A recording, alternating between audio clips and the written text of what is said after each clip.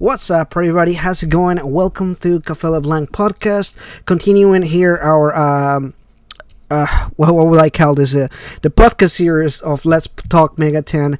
As I've gone through like the most, I would say, famous or like well-known content creators, now I'm trying to bring more of the content creators that I feel like you should check out, and people that I have seen the videos, and I don't know, for some reason I feel like it would be a good idea to kind of spread the word out on this content creator. So today we have Bubbletea. How's it going, man? Going good, man. Wonderful. I'm glad to hear, and I'm sorry about the time frame. I know we had scheduled a time, and my phone just died on me, and I was like, I'll charge it. And by the time that I checked, I was like, oh shit, it's like a couple minutes late. So I felt really bad. It's okay. I felt really bad about it. I've got time. Don't worry. All right, okay. So what's going on? You working on anything lately? Working on a couple of things. Like there's a I recorded some footage of, or rather footage of basically all of Final Fantasy 1. I just started Eternal Punishment. I plan on making videos on both of those things. I have other ideas too. It's just that, those are just sort of like on the back burner for now. Yeah, right. And other than that,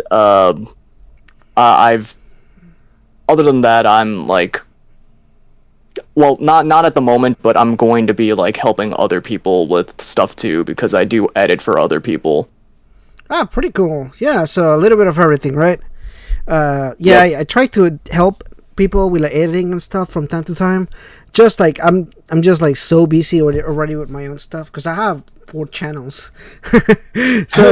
so between all of those channels, sometimes I'm like, oh man, I'm really spreading myself out sometimes, but I'm not. Some of them are like really easy because I only make like one video every once in a while. Like the Spanish channel, for example, I literally just dub my videos. So like I already have a video out, so I just dub through it and edit it accordingly if I need to do some additional editing or something. Although it's funny and interesting to see like the opinions of like a Spanish person. Or like somebody else in the community that is not part of like the how do you explain it? Because the Hispanic fandom is not really part of the what I know like as the Megaten or the Persona fandom is different, and they've been super supportive. Although I'm not really super eloquent in Spanish because it's not like the language that I speak every day. So I'm like, but it's nice to see them. Some of them can be pretty like pretty rude about it, but the majority of them are like, it's like everything, that some people are like, you should work on your structure of your reviews better. I'm like, it's hard because there are certain things that I'm like, I personally like I don't like making really long videos on certain things. Mm-hmm. And because I personally don't think most people see through long videos. They can tell you that they do, but you look at when you make a video that is like 30 minutes long or like an hour long, and you look at the analytics, because I will tell you, anybody that doesn't do YouTube, you can look exactly at what points people are skipping what. So it's not, you can lie to me and tell me that you sit down through an hour video, but I can see you can see exactly how the video is turning out, and like what exactly, whether people are actually skipping certain parts, where the peaks where people are watching the most, and everything. So some of them watch at double speed. Right, exactly, and we can see that. So like, as much as people want to tell you, I don't mind sitting down through a 3-hour video or like 2-hour video, I'm like, yeah, you can tell me that, but I literally can see, like, I can see the analytics. So there's like very few people that will actually sit down through like a 30-minute video. So like, yeah, I could make a 3-hour video on Persona 1 and why I think it's like it hasn't aged well. But I can just tell you that it hasn't aged well because I don't like the gameplay, and you can take my word for it, because like do you really want it to break down? Because I feel like at some point when you break down things to like small parts, it comes out as really nitpicky. and I don't want to be the guy that I'm nitpicking Persona 1. There's already Yeah. yeah, so because that's gonna be a backlash from there. So I did like a small discussion video, like a 6 minute video on Persona 1, and some of the comments were like, "Oh, you said that it aged well, but you didn't elaborate." I'm like, I just told you that the gameplay wasn't it didn't age well. Like I feel like that's if you play Persona 1 and I tell you they don't feel like it aged well, I feel like you know what I'm talking about. Right? I don't know. Like, there's also the whole thing about like, okay, like, do you really want to go out of your way to explain everything down to like the finest details, Yeah, or is exactly. it better off to just like tell them your general thoughts, or instead of like actually talking about like the whole technicalities behind it, you could just sort of like, uh, like I made. Well, actually, I made 2 videos on Persona 3, the journey and the Yeah, answer. yeah. And like with those, like I tried not to uh go into the whole like minutia of like the gameplay mechanics, and rather Yeah. just talk about what I like about them. Hmm. And just I try to talk about things that so typically my rule of thumb is if I don't have anything new to add to the discussion, I'm probably not going to say it in the video. Yeah. uh, so like lots of people, they talk about like I don't know, they talk about why they don't like the answer. So it's like, I mean, I don't think the answer is like all that great either, but it's just like, I figured why not talk about the things I do like about it then, Yeah, it's yeah, just exactly. Yeah, that's how I feel about it sometimes. Sometimes I'll try to stay as positive my channel as possible. And it's not because I'm like, oh man, this game is like the absolute best game in the whole entire world.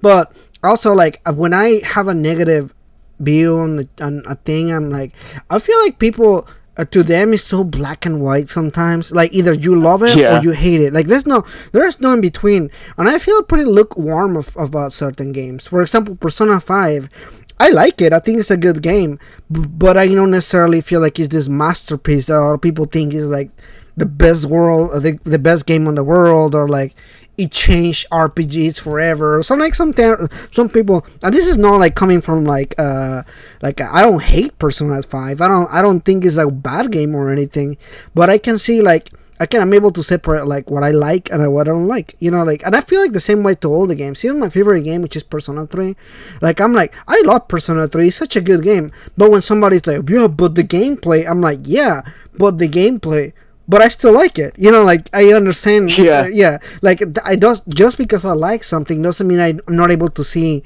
that there are issues with the game. Like I feel like that would be like a good approach to like a lot of things. Like like yeah, you can see that there's some issues with it, but it doesn't stop you from loving something. Like you can still like it or love it or.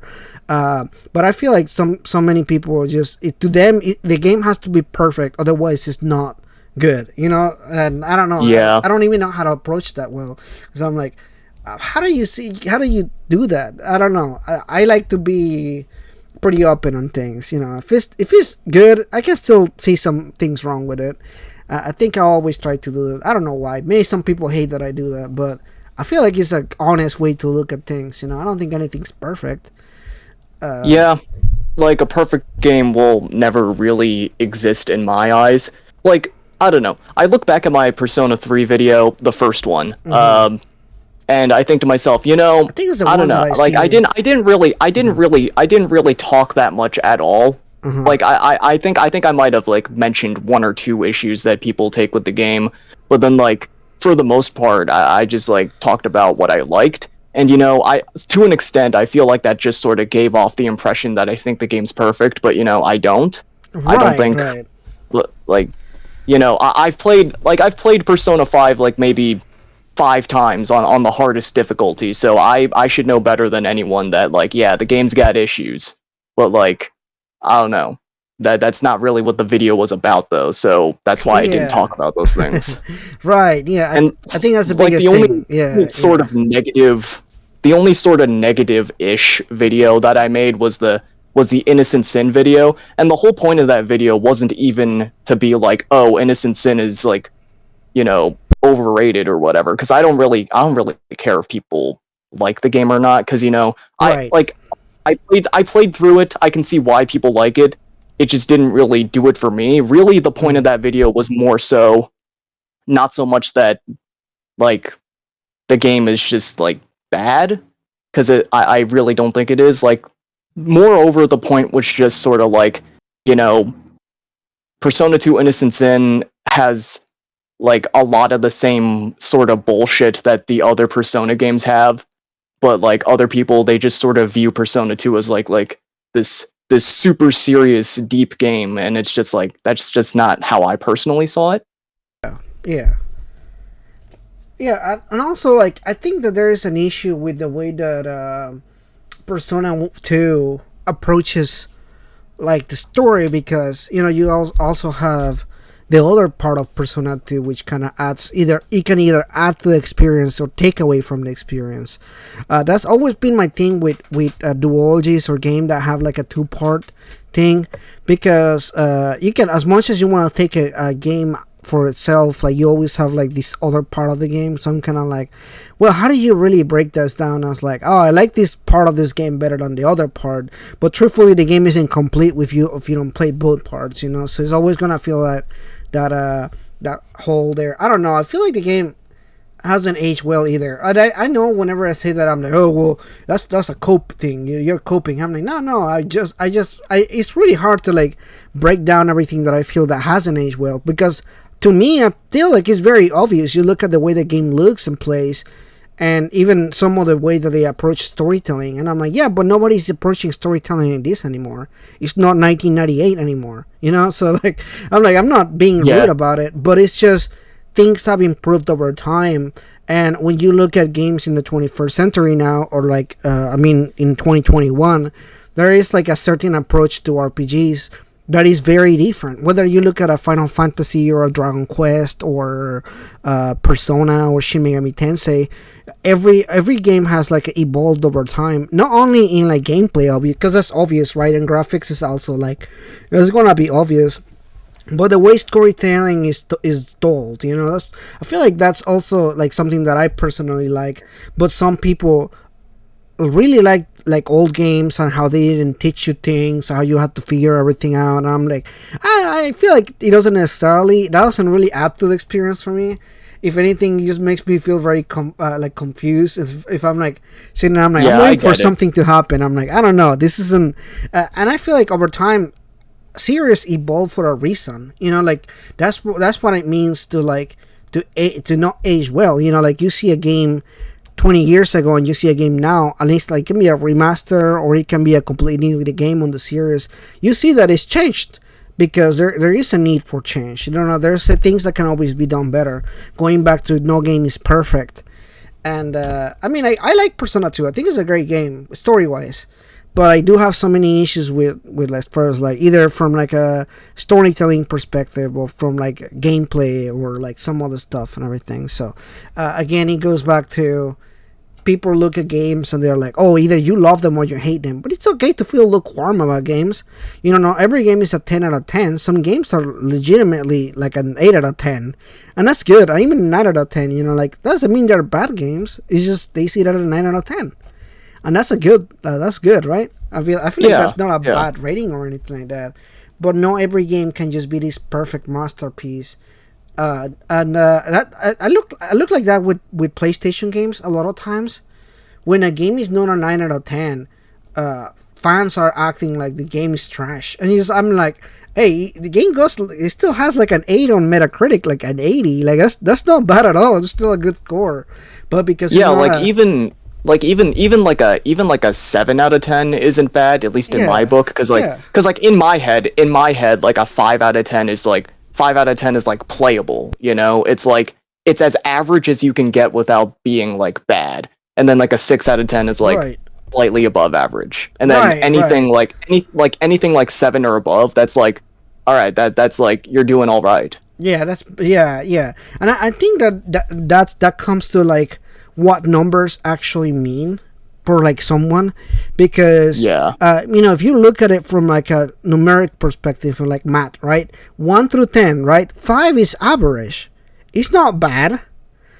5 is average. Like, look at the most average game you can think of. That's a 5, right? That's the middle of the thing. But to a lot of people, a 5 is like a really shit game. Like, oh man, everything below a 5 is just trash.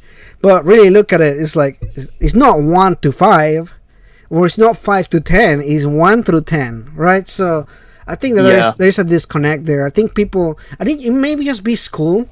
Because when you go to school, oh yeah, I think that's like a probably 5 what out it of is. 10, like a 5 out of 10 in school is like, that's like, You failed. Yeah. that's a huge ouch. Yeah. Right. Like, Right. even a 6 out of 10 is an ouch. Like, in terms of Right. like the way we rank things in like school and such. Right. Yeah. So I think a lot of times, people look at that and they think of like, even if they're not necessarily thinking of it, it very much feels like a grading system from like school or something. So like, if it's not an 8 or a 9, if it's not a 9 or a 10, it's not that good, because only 9s and 10s is like the highest score, like the best ones. So I feel like that. I think that's what it is. I Customer don't know. service surveys are also like that. I mean, I know this is kind of unrelated, but like, like, I've worked a few customer service jobs, and there was this one particular one where it was like you had to ask the customer to take the survey, and it wasn't enough to just ask them to take the survey, but like on the bottom of the receipt you had to I had to like write the number 10 and circle it, and you'd be like, just to sort of like hint at them, like, hey, you should give me a 10 on the survey or whatever. And that's just kind of like, I don't know. And if you don't get consistent 9s and 10s on your surveys, then like It's bad. the It's team leaders, seen like as the bad, team right? leaders, the managers will like lecture you or something, and that's like really stupid. Right, because it's seen as bad. Although that's not a bad score, but like the mentality behind it is really what the problem is. I think, I don't know. It's an interesting conversation. I think, as far as like what is deemed good or bad. But I don't know. I'm sure at some point, they're gonna come up with something else. With stars on like reviews as well. Like when you go to like Amazon or something like that. Like if it's, personally, that's the same way for me. Like if I see something that is lower than a 4, I probably don't want to buy it. Yeah. Because I'm like, it probably has some kind of issue, which is why it's a 3. Like, technically speaking, a 3 is not that bad. But like anything below a 4, I'm kind of like, should I get it? I don't know if it's good. It could be bad. I always read the comments too, because stars doesn't even tell me much. So I'm like, I need to know, like, what's the problem with this thing? What did you give it on a 1? Yeah, I'm always like, what was the issue with this thing? I want to know. Although people are pretty dumb sometimes too. I remember, for example, I was looking for RAM for my computer, and I bought this high-speed RAM, and I was reading through the comments, and there was one comment that I was like, it's a 1 out of 5. What's the problem? So I click on it and I read it, and the person says that it's not giving the correct revolutions on the speed for the RAM, and I was like, that's weird. And then, but I'm like, but I think the person expected the speed to just go to like the highest speed right off the bat. And I was like, I thought people knew that you would have to go to the BIOS to select the speed that you want to do. So it wasn't that the RAM was wrong. The RAM can run to the highest speed. You just have to go and edit it yourself. It's not like you just put it in and it magically goes the fastest. Does that make sense? So like, there was nothing wrong with the RAM itself. It was just like the person didn't know that. So that was the problem. So it wasn't a real problem. Like, it definitely didn't deserve the 1. So like, that's why sometimes I read the comments and I'm like, you're dumb. That's literally not a reason to give it a 1. Yeah, like simple numbers aren't really enough to really explain or evaluate a thing. You really do need to actually look down at those like product reviews, or like even just like on a YouTube video, like read the YouTube comments, see what they say. Like, it's not just about like the like or dislike ratio. Like, I don't know.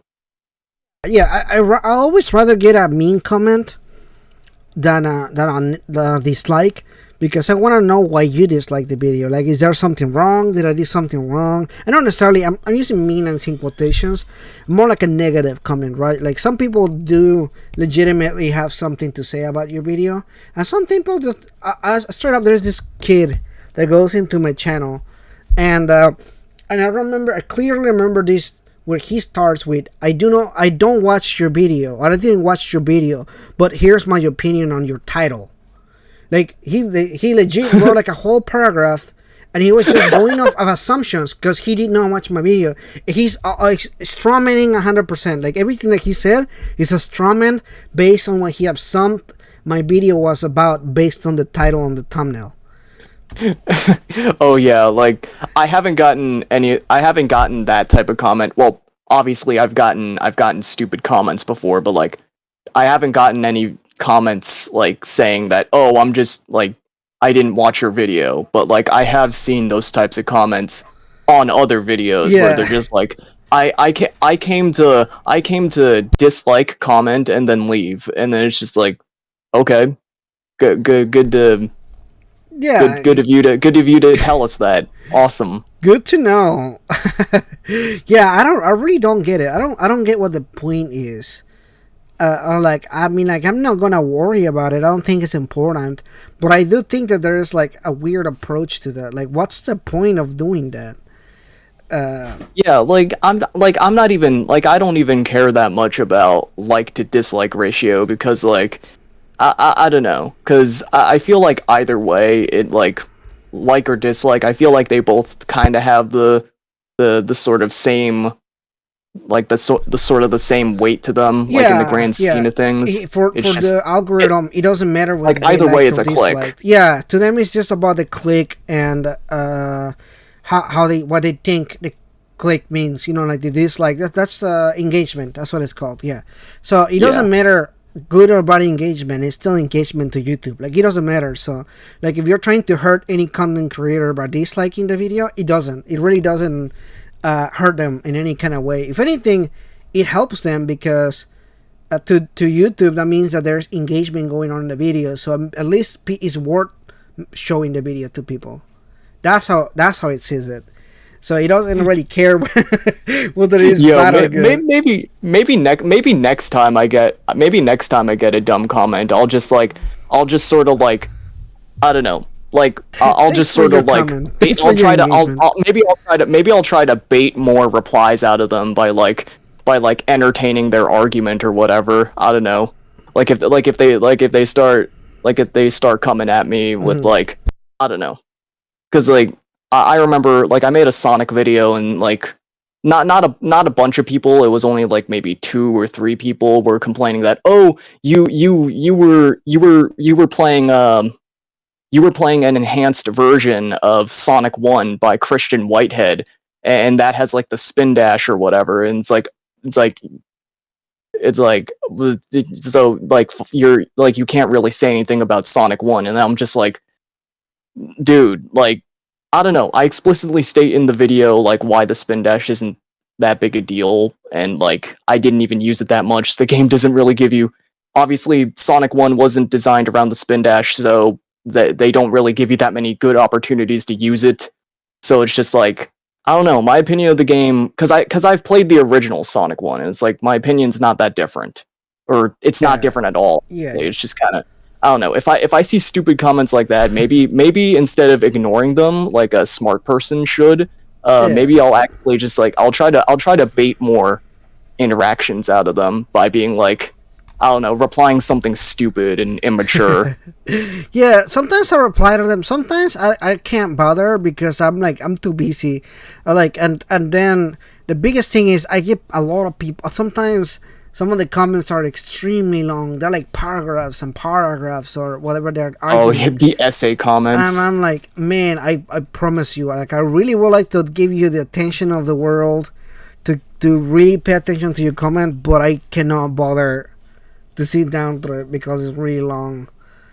I feel like if you have that much to say about the video, then you're probably better off just like, I don't know, making your own little short video. Like, yeah, I remember Yeah. Yeah, I remember like way back old YouTube, like way back in like 2006, maybe even before that. YouTube used to have like a response video section underneath like every video, and you could like actually make response videos to like someone or something. And the whole response video thing was actually kind of like sort of its own little genre uh back then. Not Yeah. Yeah. Yeah. Yeah. it was sort of like the precursor to like the commentary YouTube channels Yeah, thing. I know exactly what you're talking about. I remember those times where you could directly reply to a video as a video essay. Like you could reply to them directly with another video, right? Yeah. Yeah, that was a cool time. Yeah, definitely interesting. I think they should bring that back. I don't think it was a bad idea at all. I don't know what happened. Maybe they were getting bullied. Somebody out there was I getting think bullied. the reason they got rid of it was because there was this whole thing with what were they called? Like they were called reply girls, and they would basically just abuse the reply video section to like get views, and they would like sort of use their attractiveness in the thumbnail or whatever, and just like basically it was probably just because like that Oh, feature okay, was okay, being okay. abused. Maybe if they allowed people to choose whether people can reply to your video or not. For example, there are certain videos where the whole idea behind the video is to start a conversation, right?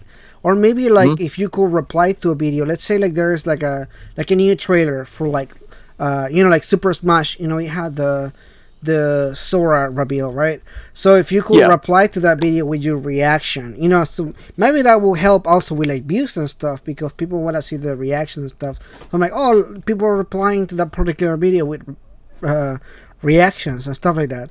So like I've seen it from like a marketing perspective, it will be pretty cool, but also like Yeah. you get to choose whether you want somebody to reply to it or not, or like do a video reply or not. So I guess that would be like a good way to control it. But I see what you mean. It's like it will be really easy to abuse the system, but if it's used smartly, I don't see anything wrong with it. Yeah, there was nothing inherently wrong with it, and to be honest, like I mostly agree with you. Like I wish that the feature was still around, but like at the very least, it's not particularly hard for stuff to go around on the internet. Like if it's really, because the commentary channels, like they've got plenty of stuff to talk about, and when they find something to talk about, it's not particularly hard to find. Right. Yeah, I guess it's just a matter of kind of people, I guess. Yeah, Yeah. like it's just a nice convenience that would be nice to have again. Yeah, I think so too. I think it will be nice, especially because I feel like nowadays it's a different space on the internet. Like for example, years ago, the internet was really young as far as like YouTube videos and YouTube and everything. But nowadays you have like the TikTok and people upload videos on like Facebook and other things. So like there is like so much competing space that YouTube will really need to find like its own place back again, because I think it kind of lost its place now that it's been doing the shorts, the YouTube shorts and that kind of stuff. I'm Oh like, yeah. what happened to you, YouTube? You used to be cool. Yeah, Like, YouTube Shorts are basically just like, I don't know, all the people who use TikTok as their main platform. Like YouTube Shorts is just like, I don't know, it's probably just like their secondary, or no, maybe not even, like maybe their tertiary platform. Because like yeah, I think for TikTok people, their secondary platform might be like Twitter or something. TikTok or so. I not TikTok, Instagram or something. I've seen a Instagram, lot of yeah. people. Yeah, because Instagram also has the thing. But then that's the thing. Like you go into YouTube and you look at the shorts and they have the TikTok logo. That's just re-uploads, and I'm Yep. like, that's so fucking annoying. Like if you're gonna upload to YouTube, at least do some original content. Because like the biggest channels for YouTube Shorts are just accounts that are re-uploading somebody else's work. It's not even their own TikToks. You know, it's just somebody re-uploading them stuff. I'm like, TikTok what? compilation channels. Yeah, exactly, shit like that. And I'm like, well, that's like absolutely no original content whatsoever. That's just that and like, okay, so like I've got nothing against like reaction type content. There's a car really loud outside my window. Okay, never mind, it's gone. But like reaction videos in themselves are fine, but like when you focus your entire channel around just reaction type content, I honestly kind of despise that. It's just kind of but you know, I feel like it's fine if you're reacting to something like a movie, a trailer, or like a trailer for like a game or something like that. But people react like I seen like things reacting to like funny YouTube video compilations that are already that already consist of like stolen shit. Yeah, or like just or even adds things to the like layers. Japanese reacts to X thing, and I'm like, but that doesn't mean anything, right? You happen to be Japanese, but you have nothing to that kind of conversation or something. Well, I could think of like maybe one exception, because like I remember like I watch, again, this might be a little bit off topic, but I watch a channel called Shunchan, and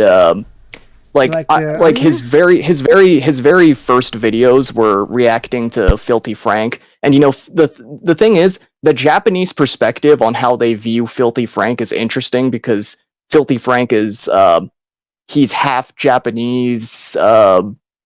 I forgot what the other half was. I think the other half was Australian, but he's also like lived in New York and stuff like that. So it's like, I don't know. And like Filthy Frank does like occasionally drop some Japanese stuff like in his videos. So it's actually sort of interesting to see like a Japanese person's perspective on something like that. But like in most cases, it's just sort of like you're reacting to something really mundane, and then you're just like, oh, but I'm Japanese, you know?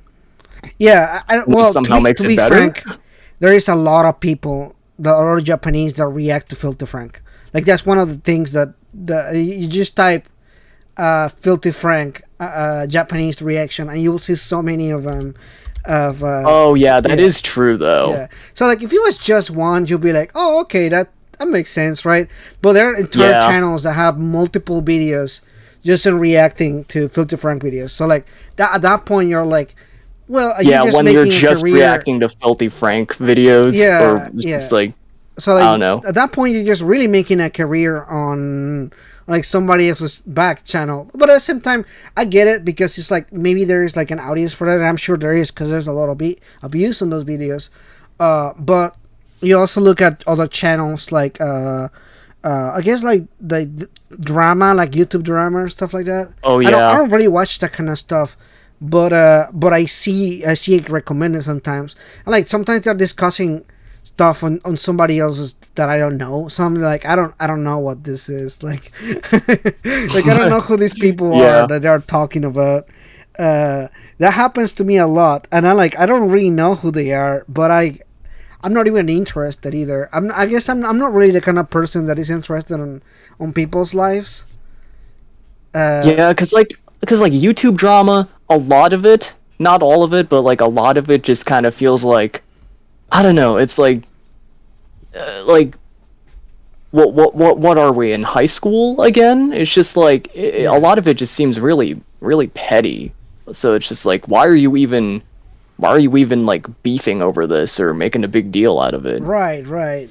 Or like people that talk about like, oh, so and so is getting canceled, and they do like videos of like this person revealed, or like they talk about like what they say or whatever, like, oh, all this drama that they cause or whatever. I'm like, this is strange. But okay, these two people got into a Twitter argument, and then this third person started getting in on it, and it's like, yeah, okay, what is all right, all this? cool. What does this mean?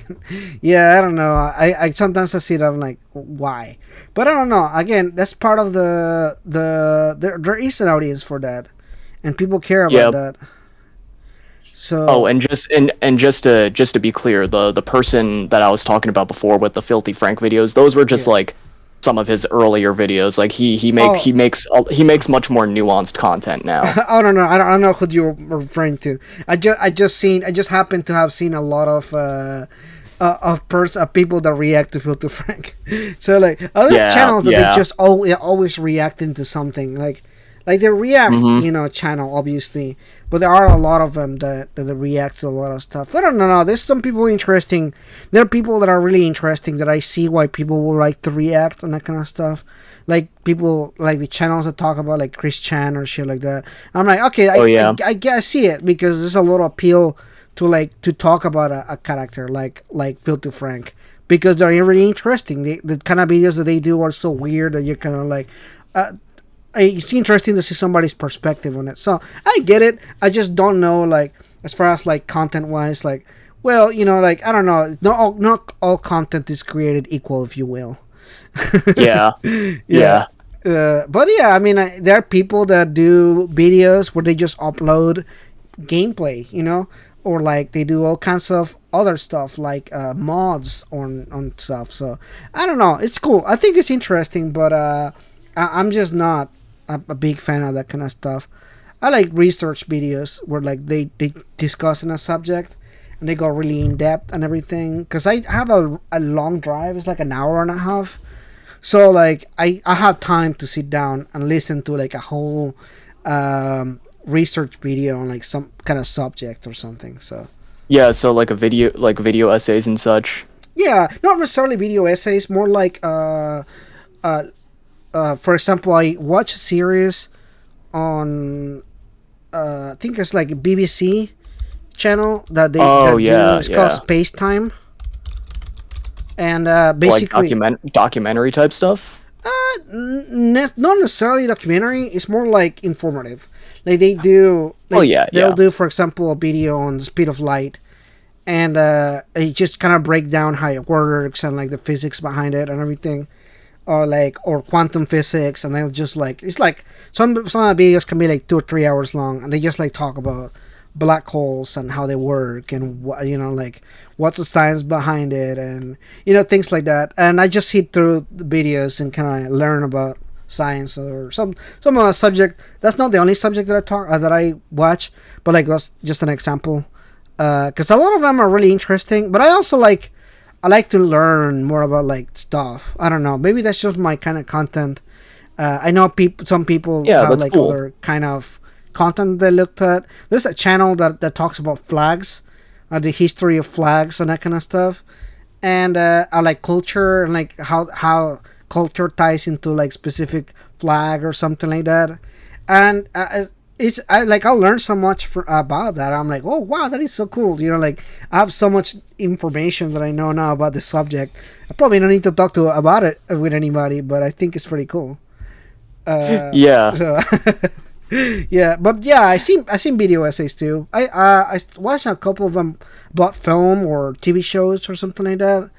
I even thought about doing videos like that myself, but it's the YouTube space for like video essays is so like full with things already, you know, of that sort of stuff. Yeah, So I don't also know. they also take a while to make, and it's like well yeah, the main thing is that they take a while to make, so it's just like, Yeah, you yeah, know, you like there are some channels out there that only upload like maybe once every few months that can still keep up their momentum just because people are like actually willing to wait for their type of videos. But then yeah. for most other people, it's just kind of like, you know, it's either kind of like a hit or a miss. Yeah, yeah. Well, what I was thinking of doing is doing like one video essay, maybe like every few months, and in the meanwhile, I do my regular content, which is like discussion videos and like news and that kind of stuff. So in between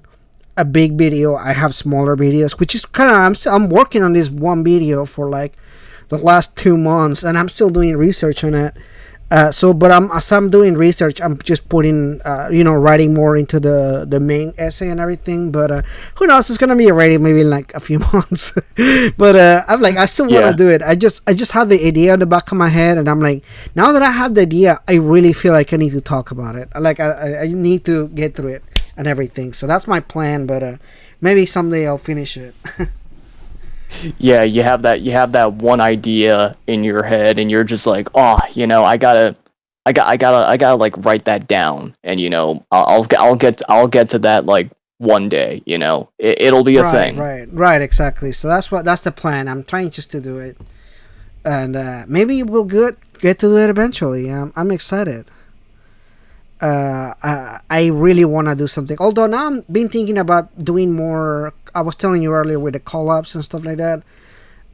So it'll be cool if I do more collaboration videos and that kind of stuff. So I just kind of you just have to find the correct kind of content to do with other people and everything, because you don't want to also like step on their toes with the same kind of content, because with so many content creators like Megaten and that kind of stuff, you're bound to have the same kind of content from time to time.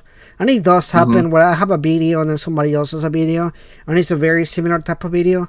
Although it doesn't really bother me at all, I hope it doesn't bother them either. I'm like, I'm nobody's copying each other. We Yeah. just happen to be in this. We're already in a pretty niche thing, right? Like we're in like Megaten community, which is pretty small, and then like we have the same kind of video style, which is like discussion videos. So like, so the Yeah. circle just keeps It's narrowing down, smaller and smaller. And Shin Megami yeah. Tensei You 5 is coming out in a few months, so like everything is yeah. just It's like on one hand it's like you got to be different, but also you kind of have to be the same so that it's not like too out there and it never gets picked up by like the algorithm or whatever. So it's like, I don't know. Like I mean, like I don't really know exactly what I'm talking about, but that's the whole thing, cuz like I don't think anyone really truly understands the algorithm. But like yeah. obviously if It people can be very obviously if people frustrating. did, then way more people would be abusing it, but still it's just like, Yeah, no, I totally understand where you're coming from with that, because it can be really frustrating. Sometimes you think about it and you're like, oh man, like because you never truly know how a video is gonna perform. You work hard on a video and you're like, okay, well, I feel like this video is a banger. Like personally, you're like, oh man, I really worked pretty hard for this video. I feel like it's gonna be awesome. I am hyped for it. And then you drop the video, and it gets like a couple hundred views, or maybe like 100 views. You're like, oh man, like I not worked not pretty even hard like for. 5% of your sub count. Yeah, exactly. So you get that, and you're like, oh man, that is pretty frustrating, right? Like you feel like Mhm. so it does happen. I feel like it happens to everybody. Y- um Yep. and There's always next time. yeah, and you're like, oh man, well, I'm just gonna drop another video next time, and maybe it does good, and maybe people will click on that video. But I don't know. I don't know if it's also YouTube, and it's like, how does YouTube advertise your video? How does it show it? Because I see it for other people. Like I see like, oh, I see their video right there and everything. But then sometimes I'm like, oh, I never got I never got a notification for your video or stuff like that, and I'm like, oh well, that sucks. Like if they don't get Hmm. the thing, how am I gonna know that? How they gonna uh, check my video out? So I don't know. That is pretty frustrating, but hopefully. Hopefully YouTube gets their shit together with the algorithm and stuff. I don't think so. I don't think they're gonna do it. I don't think, because it requires a lot of work and money to get things like that done. So I don't think they want to work on that kind of stuff, right? Yeah, like the whole thing, like things that I've noticed about videos that pop into my recommended, it's usually some type of rabbit hole that starts it. Like for example, like like you watch maybe like one Yu-Gi-Oh clip because it's like, Yu-Gi-Oh has a lot of like scenes that have been like memed the shit out of. Right, right. So it's like, oh, I want to look up this one Yu-Gi-Oh scene that's like a huge meme, like the fucking draw monster card scene, and then like after that, it's just like you get recommended another scene from Yu-Gi-Oh, and then it's just like, oh, I remember that scene. I'll watch that one now. And then it's like, oh, well, I've seen that scene too. Like that was a good one. And then like all of a sudden, you just find like all of these like Yu-Gi-Oh clips, and like this has actually happened to me recently. It's like, oh man, look at all these Yu-Gi-Oh clips. It's just like, Right. and then Yeah. and then it's just like, I'm telling you, it's a rabbit hole, and it really just depends on how deep into the rabbit hole people are willing to go with certain Right. topics. Because like with something like Persona, like yeah, there are some like with Persona and Megaten, there are some really dedicated people that will go all the way down the rabbit hole, which will eventually reach you. But then like for other topics, it's like people are either just not interested at all and they never go down that rabbit hole, or it's just like, I don't know, they just don't go deep enough into it. Yeah, I think so too. I think that's what it is sometimes. I think some people are just not willing to go that far into it, and that's okay. You know, like I don't resent anybody Yeah. for not wanting to go into the rabbit hole of Persona or Shin Megami Tensei or something like that. Some people just don't really have the time for that, and some people just maybe Megaten isn't the type of content they want to consume that way. Yeah, and what that's I found perfectly out fine. is some people, for example, I found that the community for Shin Megami Tensei wants either really in depth or not in or like or something more of the gameplay side. Because like for example, Shin Megami Tensei 5, some people will not watch my video because they don't want to be spoiled. Even if it may not, if just maybe a discussion video, but to them, the less they know about SMT5, Yeah, they the want better to come for in them. as blind as possible. Yeah, right, Like right. absolutely nothing. Exactly. So like I get it. Sometimes I'll make a video. I'm like, oh, you didn't do well. I thought it was a good subject to talk about, but then like I see why people wouldn't click on it because they're like, oh man, like that might be a spoiler. You know, I might have said something that it turns out to be true in the because I like to guess a lot, and I like to talk about it too. Like I made a video about Shin Megami Tensei 5 and how big the focus and exploration is and everything, and I was like, okay, maybe somebody doesn't want to hear about that because they want to do the exploration and they want to find out more about the game while they're playing it and everything. So like I get it. I don't get offense to it, but I also think it's interesting, like because there are some people that love to watch every video. Like I am like that. Like going through a game, when there's a game that I'm really hyped about, I want to see as much as possible. Like I want to watch every single trailer. I want to see what other people are saying about it. I want to be part of the hype. To me, I'm like in a hype train, and I wanna see what other people are thinking about it before they actually play the game and everything.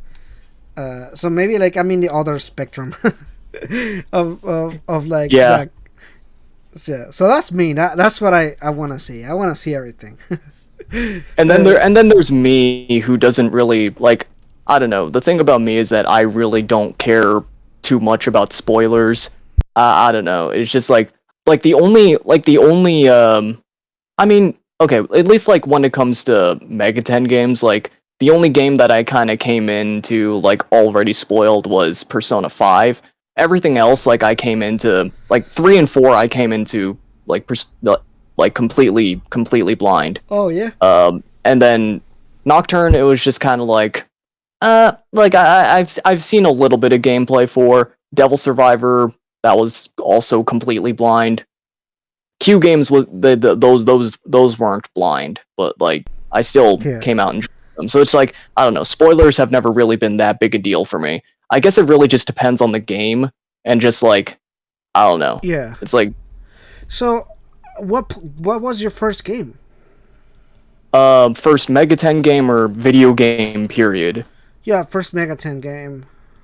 Okay, because I was gonna say my first video game period would be like a whole nother discussion, but like first Megaten game was Persona 3 FES.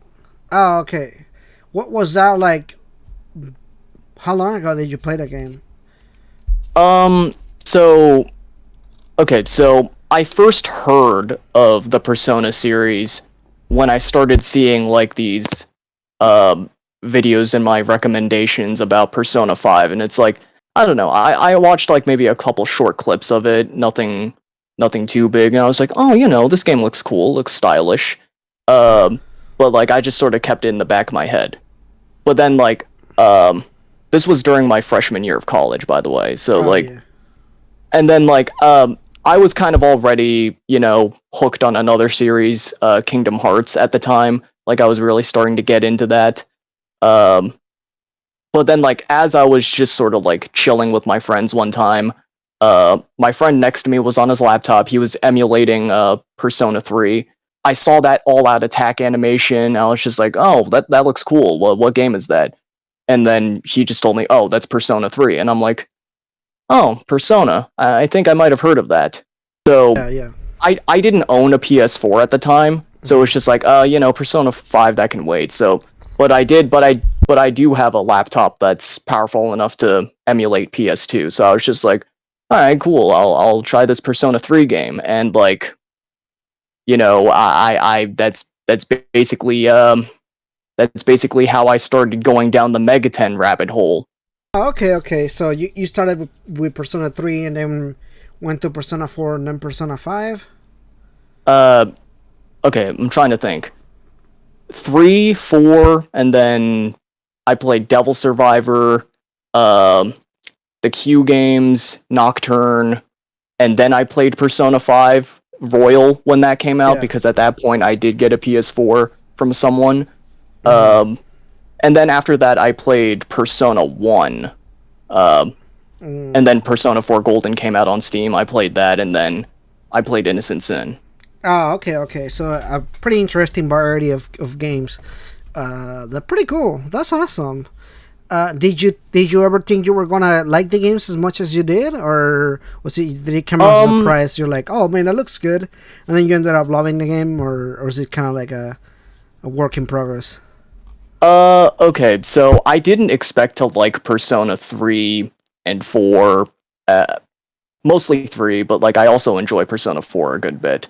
I didn't expect to enjoy really the series as a whole as much as I ended up doing, cuz like at the time, like Kingdom Hearts was like my main sort of, it was sort of like my main favorite franchise at the time, because Yeah, I was like bonding with people IRL over this stuff, just like showing them the game, having them try it, and just like watching them uh play through the game for the first time. But then like Megaten, I don't want to say it like shook my world or anything like that, but it was just like it was just like, I don't know, like pretty much right after Persona 3, like Megaten just yeah. sort of like, not like, Click, I'm honestly click not with too you. sure if I would call it my absolute favorite Mm-hmm. Yeah, franchise, because yeah, it's like I don't really think I have a favorite franchise, in all yeah. honesty. It's just like, but like, I enjoy at least all the Persona games that I've played. I enjoy like most of them.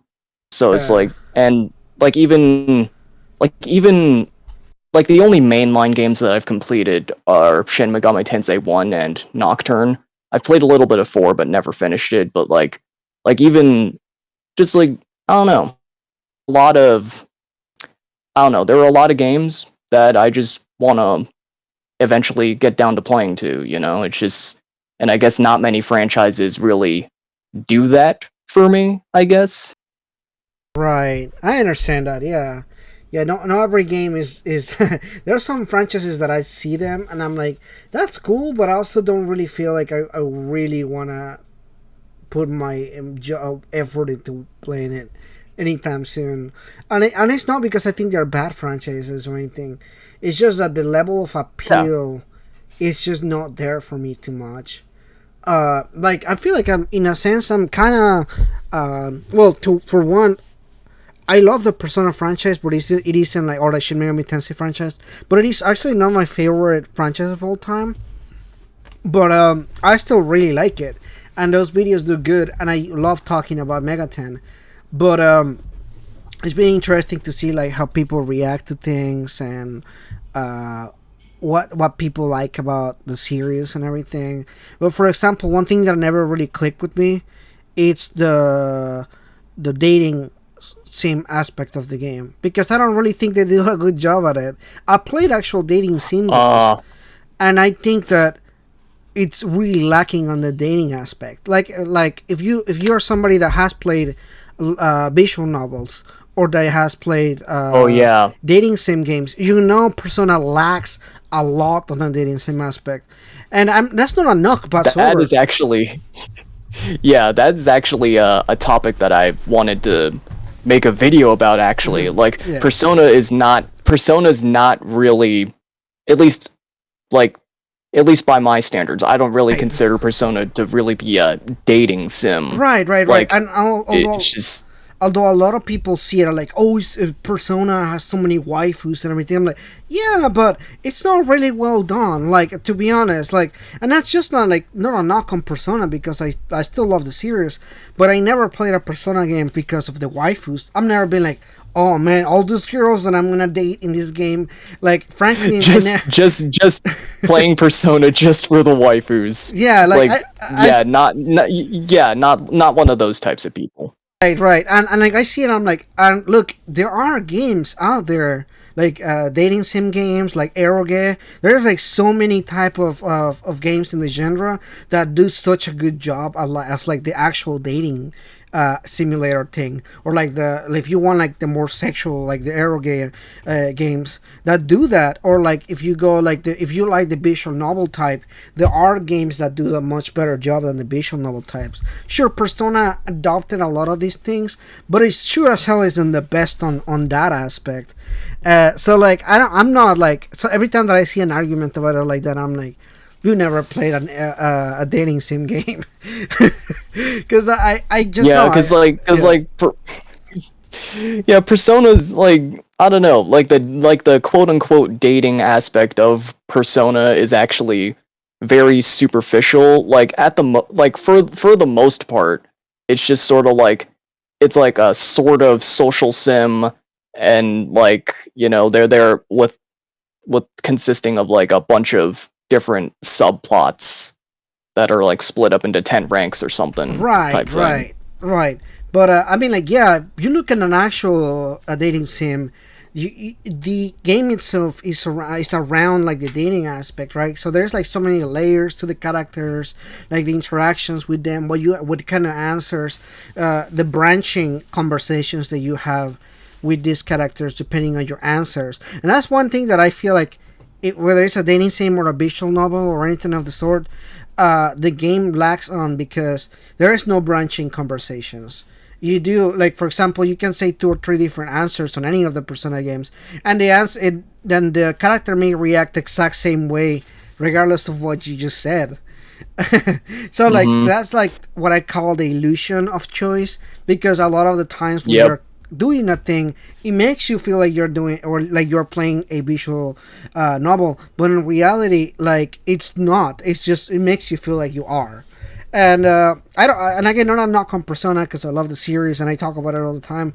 But I feel like Yeah. if they really were to develop that better, it could really very well fall in that really nice. Like there's an appeal for those kind of games, and I'm pretty sure a lot of the fans in the community will like to see a better, more developed aspect of it, because you play Persona 5 and then you play Persona 3 or 4, you can see that the gameplay aspect, the RPG aspect is really well developed, like, I mean, Yeah. they have Megaten has like what, over 30 games on the series, so they had a lot of time to really get the gameplay done right for RPG.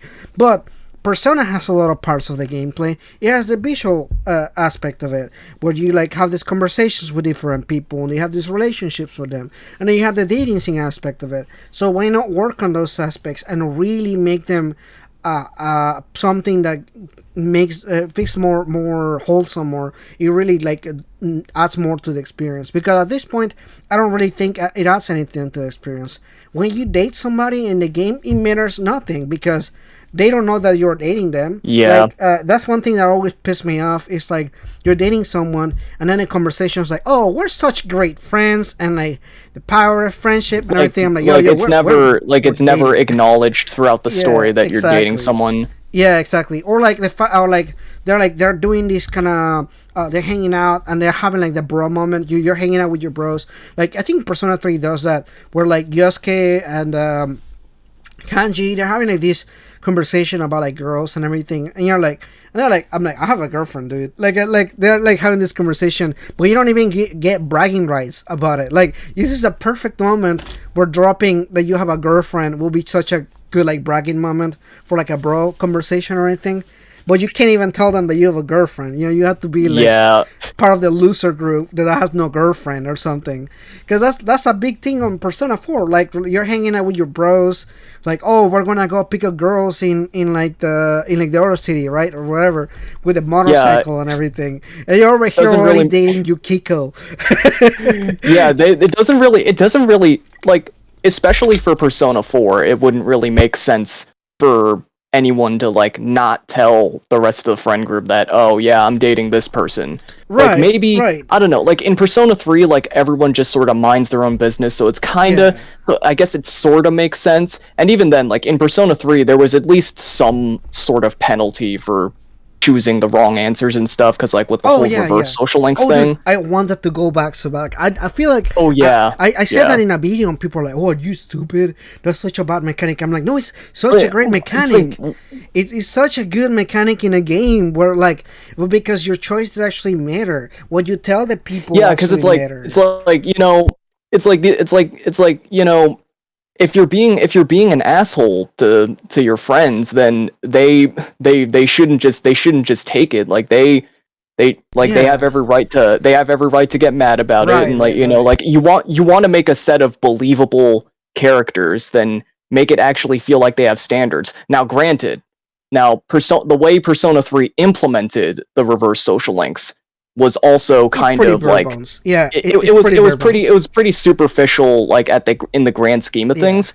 But like the problem with it isn't just like the idea was fine, it's just they never really expanded upon the whole idea of reverse social links. And they didn't give it enough time in the oven. Exactly. So that's what kills me, because really, if they hadn't gone back and added this feature in Persona 4 again and maybe actually worked on it a little bit more, it would have been a illegitimate cool way to kind of have that interaction. Because other games, like other novel games, have something like that. They have like a negative reaction to certain things that you say or certain things that you do. For example, there is a part where you want to hug one of your friends. You want to hug I think it's who is it? The girl. Which game was it? Persona 3. Oh, Yukari. Yeah, Yukari. Yeah, there's a part where there's like an emotional moment, and you want to hug them, or you hug her, and she like kind of like, yeah, we're not close like that, or something like that. And you're like, oh, that's such a good reaction. Like, we're only on level 4 or level 5, and we're giving her a hug. Like I can see why if you were to hug your female friend, and you're not in a close relationship with them yet, that would be that wouldn't be a thing that you would like to do, right? So like that makes sense. Yeah. Like some of these stuff that I'm like, I really love the way that they approach that. So I don't know. I'm thinking that if they can develop that properly for like the next Persona game, there's a lot of things that I like. I literally have like a 20-part series talking about things that I want for Persona 6. Oh yeah. The Persona 6 wish list. Yeah, basically it's like a never-ending wish list. And I'm like, it's not like a bad thing. Like I don't think that it's that the games are flawed, but I do like to discuss like what could be if they work more on a certain aspect or something. But yeah, so I have a question as far as your channel. What inspired you to like start it? I'm sorry, what was that again? What inspired you to start your YouTube channel?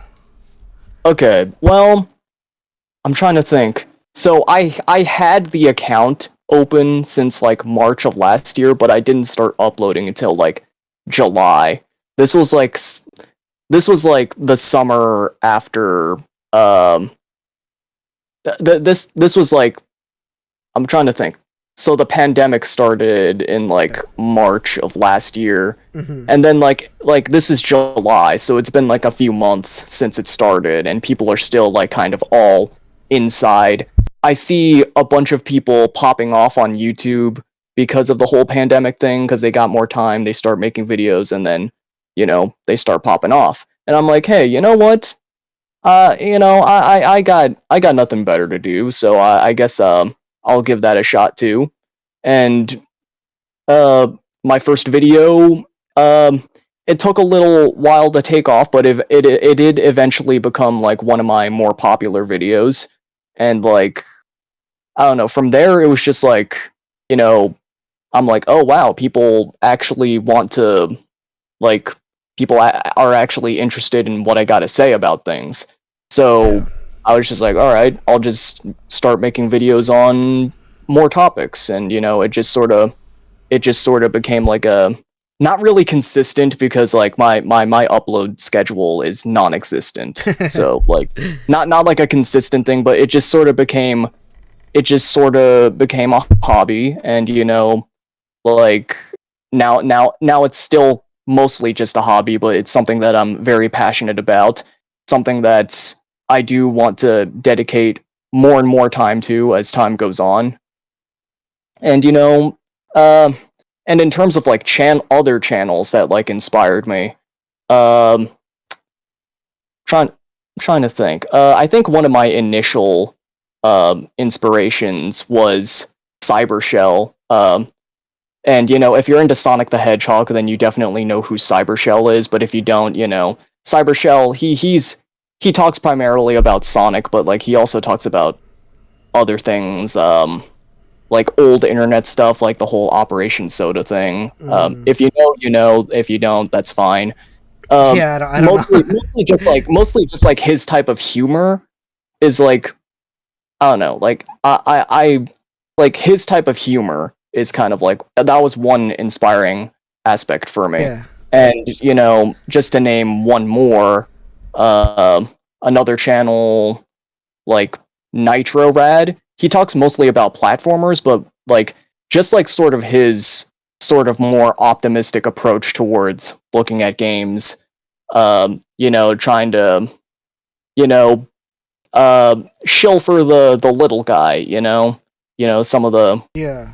some of the games that people don't really talk about as much, but Mhm. have their passionate fan bases or followings or whatever. And it's just like, that's pretty cool. you know Stuff like It's that's pretty awesome. cool. Yeah, that sounds pretty cool.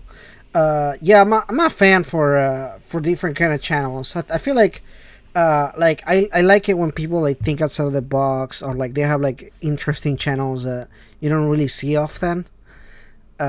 But Oh yeah. yeah, it's cool. It's cool. So you've been making YouTube videos for a minute now. Although it's like you said, it's kind of hard sometimes to like kind of pick up the, especially if you're doing some stuff like you work and you have school and other stuff.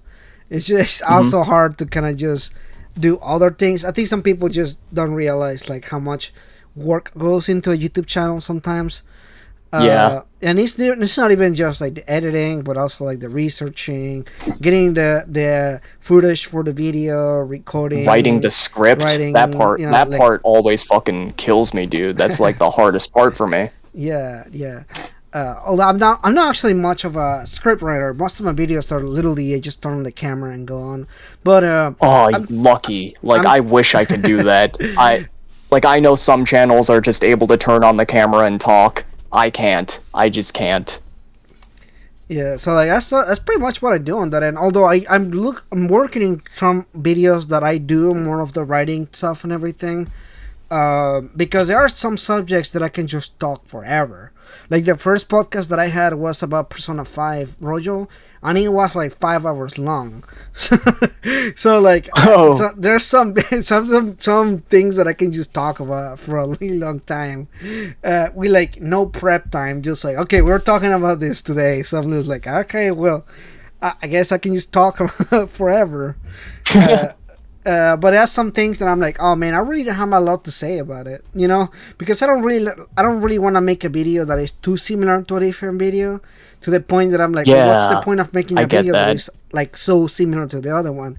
I'll just be repeating myself on that end. Yeah, like that's the whole thing too. Like, when I make a video on something, I want to make sure that I I'm not just saying the same, cuz like if ever like, okay, so I don't want to. This might sound a little bit shallow, but I don't want to be spouting out like the same opinions that everyone else has already stated. I don't mean that in like a condescending kind of way. It's just sort of like a, if I wanna talk about something that a bunch of people have already talked about, that I want to present like my own unique, nuanced perspective. Right. Like I agree. even after finishing SMT1, I initially, like, going into the game, I thought, oh, maybe I could make a video for this. But then, like, by the time I finished the game, it's like, yeah, I like the game, but I really just don't have much of anything to really add to the conversation. So I don't know, maybe one day I might look back at the game and come up with something, but as of right now, I just kind of have nothing, like nothing new to add. Yeah. So so I'd rather just, like, not make the video just like saying most of what everyone else has already like stated. Yeah, that's what's frustrating sometimes. You're like, man, I really want to make this video, but can I really add something to the conversation? Because that's important too. Can you actually add something to it, or are you gonna say the same stuff that other people are already saying? Because then at that point, it's like, how much are you really like talking about other stuff that already people already talked about it or something. The only time I ever did like make a video just saying the same stuff everyone else has already said was the Sonic video, and that's just because, like, when it comes to especially like the old Sonic games, it's like, I don't know, like, in all reality, I didn't really add anything new to the perspective. I just talked about it because I wanted to talk about it, and the video turned out all right. So it was just like, I don't know, that's the one exception. So I might be a hypocrite, but like in most cases, I try not to just say the same stuff. Yeah, well, I mean, it also makes sense. Like, how original can you be every single time? Like, there's like, I think I saw statistics of like millions of videos uploaded to YouTube per day. So like, within everything, how original can you really be, right, on your content and everything? So I don't know, I see it both ways. I don't really want to do what everything else is doing, but it's also extremely hard to be 100% original. Sometimes, like, I see a new thing coming out, like a new trailer for SMT5. I'm like, I should react to that. Because one, I'm already gonna see it, and two, I feel like other people will like to see my reaction to it. But then, like, there's other channels that are already also doing that. So I'm like, it is what it is. It happens. Yeah. Yeah, it's like a little bit of both things that I guess I can understand from other people's perspectives too. But yeah, I mean, it's cool to be on YouTube. I think it's like the grind, really, right? Like the never-ending cycle. You finish the video and you're like, okay, well, now I have to start the next video, or like I have to start thinking of ideas for another video. Do you struggle with like ideas for videos, or do you already have like a bunch of ideas or stuff that you want to do? Okay, so the hard thing isn't necessarily coming up with ideas. It's just coming up with how am I going to approach the idea, because like I've had ideas that I've ended up like scrapping before even like starting like the script or anything like that. Just because it's like, okay, I've got no idea how I'm even going to talk about this. So it was just like, I don't know. It either gets scrapped or it gets thrown onto the back burner. You scrap videos often, or not really? Not. I mean, some of the really, really, really old ideas from like, I don't know, maybe like 10 months ago. I was just like, okay, like I'm not getting to that anytime soon. Like so I might have scrapped those, but I still have like at least the more recent ideas that I've had, I definitely still have, because like I plan on making a video about Persona 4 and how Persona 4 parallels with Persona 3, because they very much have the same bone structure, because like 4 was built off of 3 and all that. So I kind of just felt like making a video sort of like, it's still going to mostly be like the Persona 3 video, where it's kind of like a retrospective on it, but at the same time, it's also going to have like the angle of, oh, but also like like comparing it to Persona 3 because they were like developed so close in time to each other and run on the Right. same engine and assets and all that. So coming at it from that type of angle, and then there's the whole Persona's not a dating sim video. Yeah. Eternal Punishment will come like I want to have the Eternal Punishment video released on the same day as the Innocent Sin video from last year, and then like I also have an idea on uh just like the whole genre of Let's Play and like whether it's like a dead genre or dying genre or not. Yeah, that's a good question. I have a hard time sometimes with this kind of stuff. So I'm like, I want to make let's play videos, but I don't know if I'm entertaining enough for them. Like sometimes I'm like, I feel like I have so much content already going on, and I'm like, do I also throw into Yeah. the mix of that kind of stuff? Can I add to anything of that? And And like people usually just watch live streams for gameplay nowadays instead of like live streaming has sort of like replaced it, or yeah, rather it's like sort of starting to replace Let's Plays. yeah. No, I agree So with you. that's why I was just sort of thinking, oh, are Let's Plays like as a genre is Let's Play dying, Right, right. Yeah, I mean, I think you're into something there. I think it is dying, but again, it's just the streaming just kind of took over, and most people really enjoy watching people stream. I personally don't like people watch people playing. Like I just don't. Yeah. I don't know. I never been somebody that enjoys to watch other people play. So like, I used to watch tons of Let's Plays mhm. like back in like middle school, high school, but nowadays it's just like there's only like maybe one or two Let's Players that I still care about. And then it's just like most of the time it's just like, I don't really watch Let's Plays anymore other than those like two exceptions.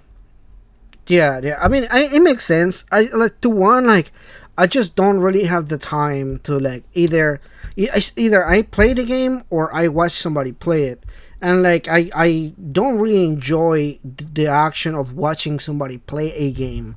Like Mm-hmm. it's not even like, oh, the personality is entertaining. It's more like, yeah, but I want to have my own experience of playing the game. I don't really Yeah. replay a lot of games. That's another thing is I don't replay games. I know people that will play the same game like 10, 20 times, and I just at this point in my life I don't replay games anymore. It's really rare for me to do that. Although I've been doing it for like streaming purposes or something like that, but in Yeah. general I don't find myself in like the, oh man, I'm really enjoying replaying all these games or something like that. I don't know. I don't find a lot of Yeah. enjoyment on that. Uh, Honestly, like some of the videos that I make are just another car outside. Oh, But that's like, loud. That one was loud. I couldn't even hear it over here. yeah. Yep. But anyways, like some of the video ideas that I have are basically just an excuse for me to go back and play and like replay games. To be completely honest with you, because it's like otherwise it's just like, oh well, I've got no reason to replay this game, but now I do. Yeah, It's like yeah, oh man, I have an excuse to go back and play Persona 4, or like I don't know, maybe one day I'll have an excuse to go back and replay Final Fantasy 4. Uh, I mean, I already did it with Final Fantasy 1, so who knows? Maybe we'll get there at some point. yeah, yeah. I see what you mean. Yeah, I am not. I'm not one for replaying games unless I have to, which is why I have such a hard time sometimes like streaming, because I'm like, oh man, I really don't want to replay this game again. Like Persona 4 when it came out, for example, I had such a hard time wanting to play that game again, because I have a funny thing that happened to me with Persona 4. The first time I played Persona 4, my PlayStation 4, somehow my memory card wasn't saving anymore. So like my save Uh, file for Persona 4 was stuck. What is that one kid? The one that had the Misuo, I think Masuo, Misuo. Mitsuo. Um. The one kid that has the dungeon that looks like a 16-bit Oh. RPG. Oh yeah. Yeah. Yeah, yeah, Mitsuo. Yeah, yeah, that's Mitsuo. him. Yeah. So my save file was stuck right before his boss fight. So like I kept Oh. trying to play that part to get farther, but like if I died somewhere, I'll have to start over from his dungeon over again from his boss fight. And Oh. and actually like and like that, and the fact that I couldn't even turn off my PlayStation 2 at that point because I had to leave it on until I beat the Oh. game. Yeah, yeah. So like That's. yeah, so I Yeah. finished the game actually with those conditions. Like somehow, from that dungeon all the way up until the end, I was actually able to finish the entire game. Damn. What a Yeah, trooper. and which I was never even able to save the file because again, no save file because of the corrupt thing that I had. And at the time, I couldn't be like, oh mom, will you buy another memory card for me? Or she wasn't gonna do it. So yeah, so like But they were somehow okay with you just leaving your PlayStation on. I mean, it was in my room, so they didn't know. I Oh. just always had it Oh. there. Yeah, yeah.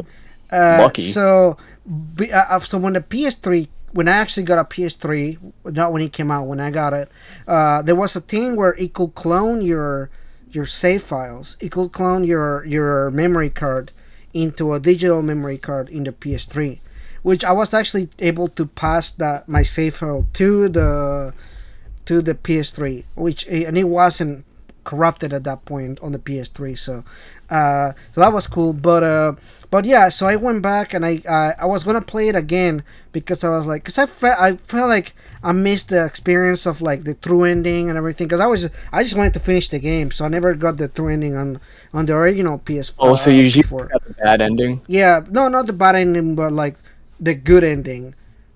But Oh, not so the good ending, but you didn't fight Izanami? yeah, right. Because I Yeah. didn't want to risk it. I was like, I knew about it, Oh, but I yeah. didn't want to risk it because I was like, that would mean if I die, I'm gonna have to start over again, and I'm already in a good like, like going through everything. You're like right next to the finish line. You don't wanna like trip. Exactly. Yeah, exactly. And at the time when I was gonna play it again, P4G came out. Oh. So I literally just went and bought a PSP and played P4G. So like I played Persona 4 the most time. I must have played it maybe like 6 or 7 times total. So like whenever it came out, I was like, oh man, I have to play this again, don't I? So like, because to be like, I have the story of Persona 4 Golden, that's like of Persona 4 in general, so like ingrained in my brain already from like playing it the most time. So like I was actually kind of dreading playing it again, but I was like, oh, it's on PC, so it has the HD graphics, it's gonna be cool again. But every time that I was playing it, I was like, this scene again, these conversations. I even in a lot of the conversations, I knew them by memory. Like that's how bad it was. Yeah. I literally knew like the combo and everything. I'm like, oh man, this is. I know exactly what they're saying right now. So I was like, You had like you. It's kind of like me with maybe like the first world in Kingdom Hearts, Destiny Islands. I have the lines. I have like the first maybe like the first 20 minutes worth of lines memorized. It's sort of like that, you know? Right, exactly, yeah. So at some point I was like, oh man, I don't really want to play this again. But I mean, it's a good experience and it's a great game too. So it's not like I'm losing out on it or anything like that. But I was also kind of like, shit, I hate doing this. But yeah, I'm probably gonna feel the same way whenever they do it again with another game or something. Like a lot of people are wanting Persona, one of the other Persona games to go on it and everything. To go on Steam too. Yeah. Like people want Persona 5, right? Or Persona 3, right? So I'm like, at that point, I'm like, oh man, I'm definitely gonna have to play those games again when they come out. Yeah. Like I'm like if that ever does happen at some point, I'll definitely buy it. and I don't know if I'll play through it as soon as I get it, but like I don't know. I feel like I don't know. It depends on how much they change, because like if they change a lot, then it's like yeah, I guess I feel sort of morally obligated to play through it. But if it's just like a straight port of like FES or Portable, then it's just like you know. I guess Right, like exactly. I'll get it so that I can have it, but like you know, But you're like, but do you really want to do it? do I really want to play through it all Yeah, over again? I exactly. don't know. Yeah, yeah. No, Maybe feel you. I don't know. Maybe if I ever do a video specifically for like the FemC route, that's like the only scenario I could see myself replaying it again. Yeah, But like other than that, it's like exactly. Yeah, yeah, exactly. And I made a mistake. Not really a mistake, but I made the commitment to start Persona 3 FMC because I started playing it on the Spanish channel, and I really uh truthfully like I didn't continue playing, but like people are like, oh, you know, when are you gonna continue your live streams and everything? I'm like, yeah, I guess I have to, right, at some point. So in my mind, I'm like, I really just don't have the heart to play. And like I mentioned before, Persona 3 is my favorite game, but like I don't really know if I have the heart or like the energy to like play through the game one more time. Although yeah. that this time I did like a, oh, you know, like playing the game with the highest difficulty with like what do you call that stuff, um, with trying to think what I'm trying to say with only the persona, like the only one persona. Oh, only the starting Yeah, persona, or right, just right, like right. one specific Yeah, persona? only with the starting persona and everything. So like I added some additional things for myself so that I could like make it more entertaining and everything. And sure, to an extent, it was entertaining and it's been entertaining. But also like it's still not enough for me to be like, oh man, I better go back into playing that game again. Yeah, because Yeah. like I'm trying to think. I think I played the FemC route portable. Like, okay, so I played Persona 3 and the answer, and then went into straight into Persona 4. And then after that, it was like, oh wait, like there's this whole female route with Persona 3 portable. So I actually went back and played that at some point. But other than that, like I haven't really touched portable in a while, and Hmm. I don't know. I like again, unless I decide to make a video, I don't see much reason to come back to it. And then I also know about this one mod for Persona 3 that like like it adds a bunch of like I forgot what it's called.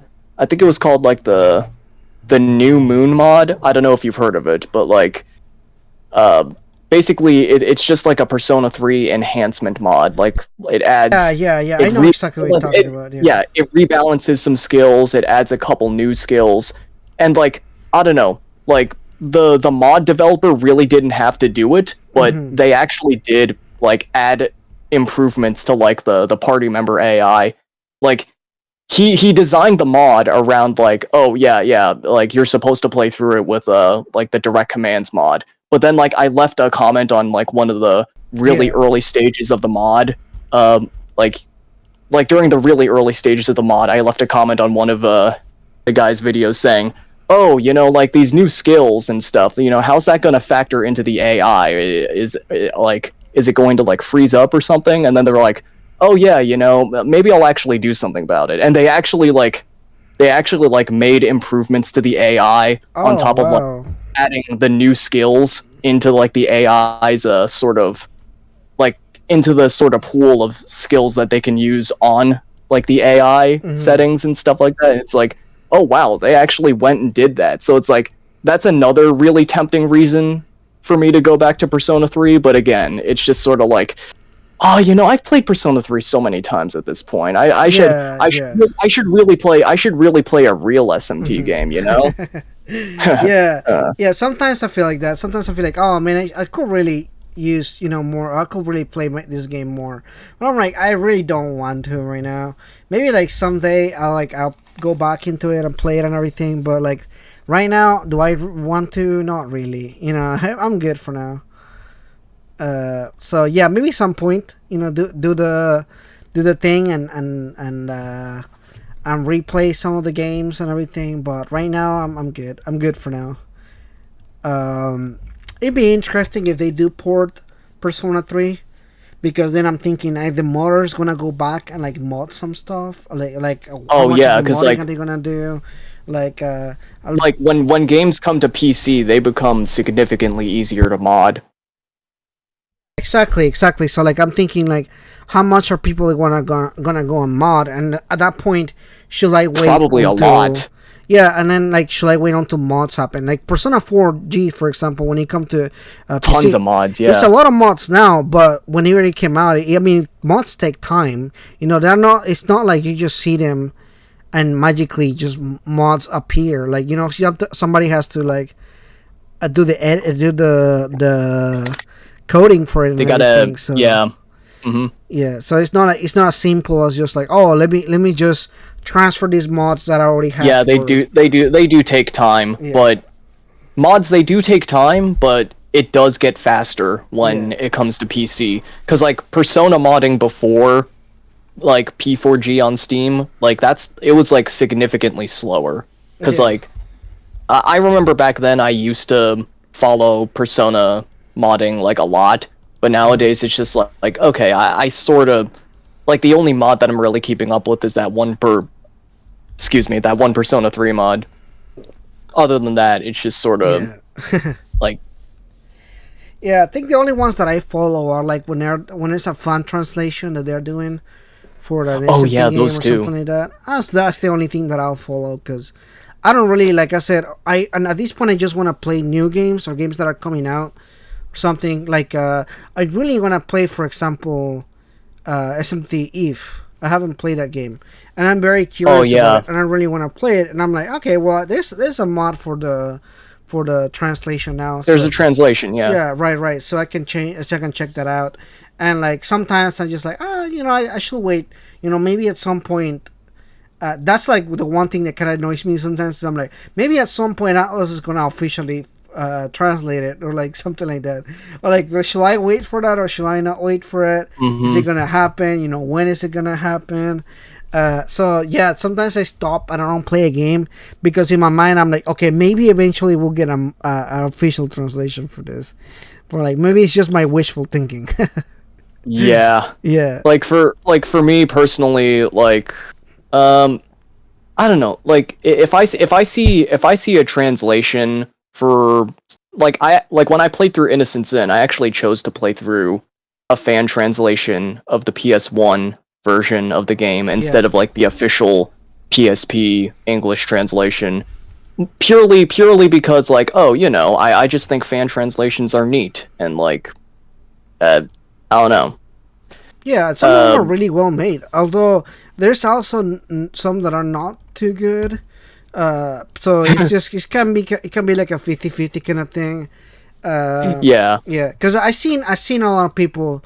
There's a whole topic about fan translations and like official translations. Because people are like, oh man, they're censoring this game, or they're changing the words, and they'll use like some screenshot from some fan translation. I'm like, you're looking at a good fan translation, but as far as I know from like the years that I've been on the internet, not all fan translations are created equal. For that one Like good yeah. translation you see, there is a bunch of them that are also not good. Yeah, it's like fan subtitles for anime. Right, right. Sometimes they really ad lib some stuff. Cause like I remember I was watching Inuyasha, and like basically like one character was just yelling like "Nani o surunda baka" or something like that, and like normally that would translate to something like "What are you doing, idiot?" But like I don't know, the fan sub went and said, um, "What the fuck are you doing?" It's or something like that. It's just like Right, they yeah. they ad lib it. Yeah, yeah, and it's because a lot of the time, like, one, I feel like the translation really depends on how the person interprets a certain scene and everything. And it's not as much as like the literal. thing, because context matters so much sometimes. And I think that people on the internet, like in Twitter, they're like, oh man, these people don't know how to translate, or they're doing a bad job because this person does a better job. I'm like, yeah, they're translating one sentence. They're not translating an entire game. You know, there's a difference between translating a whole game, or like, and then translation and localization, like two different things altogether. It's kind of like localization is really getting the culture along with the translation. Yeah, you gotta sort of. There's still that, because like there's direct translation, but then there's also like the cultural barrier, and you gotta make sure that you gotta word it out in a way that'll make sense to people outside of that culture. Yeah, because that's a big one. I think because as much as people feel like, oh, I like the Japanese culture or something, but yeah, but you don't live in that culture. And there are certain, I think, references to things that they say, or certain references or jokes or anything like that even if they are fully translated, they wouldn't really land in the West as well. And then sometimes when that does happen, people look at it and like, oh, this is homophobic, or this is that's really offensive. Yeah, oh, that's really offensive. Yeah, because the translator decided to leave the original translation. They could have easily just changed the meaning of that phrase to make it something that is still funny in the West without being offensive. But then somebody out there is also gonna be like, oh, they are censoring words, or like that, like that's like the thing that it becomes like such a hot topic. And that's when you see hot topics like that, because it's like, okay, well, I could translate this as it is right now, but then again, this particular phrase or this particular thing is homophobic. So do we take the little translation of what they're saying, or do we adapt this to the West so that people don't look at it in like a really homophobic way or something like that? And I think that gets complicated, because some people want one-to-one the original translation, but the general public is not gonna look at that homophobic scene and be like, oh man, I'm so glad they left that homophobic thing right there. So like, I don't know. It's a 50-50. You're never gonna land right. I think it's impossible for people to really enjoy something. Somebody's always gonna be offended about it, so regardless of like what the approach of it is, I think. Yeah, it's really a matter of who can you tolerate more. Right. In terms of like, who do you think you can tolerate more when the backlash comes in? Right, exactly.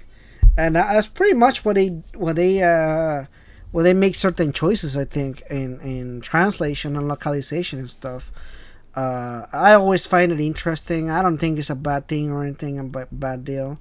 But speaking of good deals and bad deals, Kingdom Hearts. You're a Kingdom Hearts fan, right? You were saying earlier. Are you happy for Sora on Smash? Was that like your oh my god moment? I mean, here's the thing. I don't own a Switch, so I don't have Smash Ultimate. Oh man. but I am. But like, it is.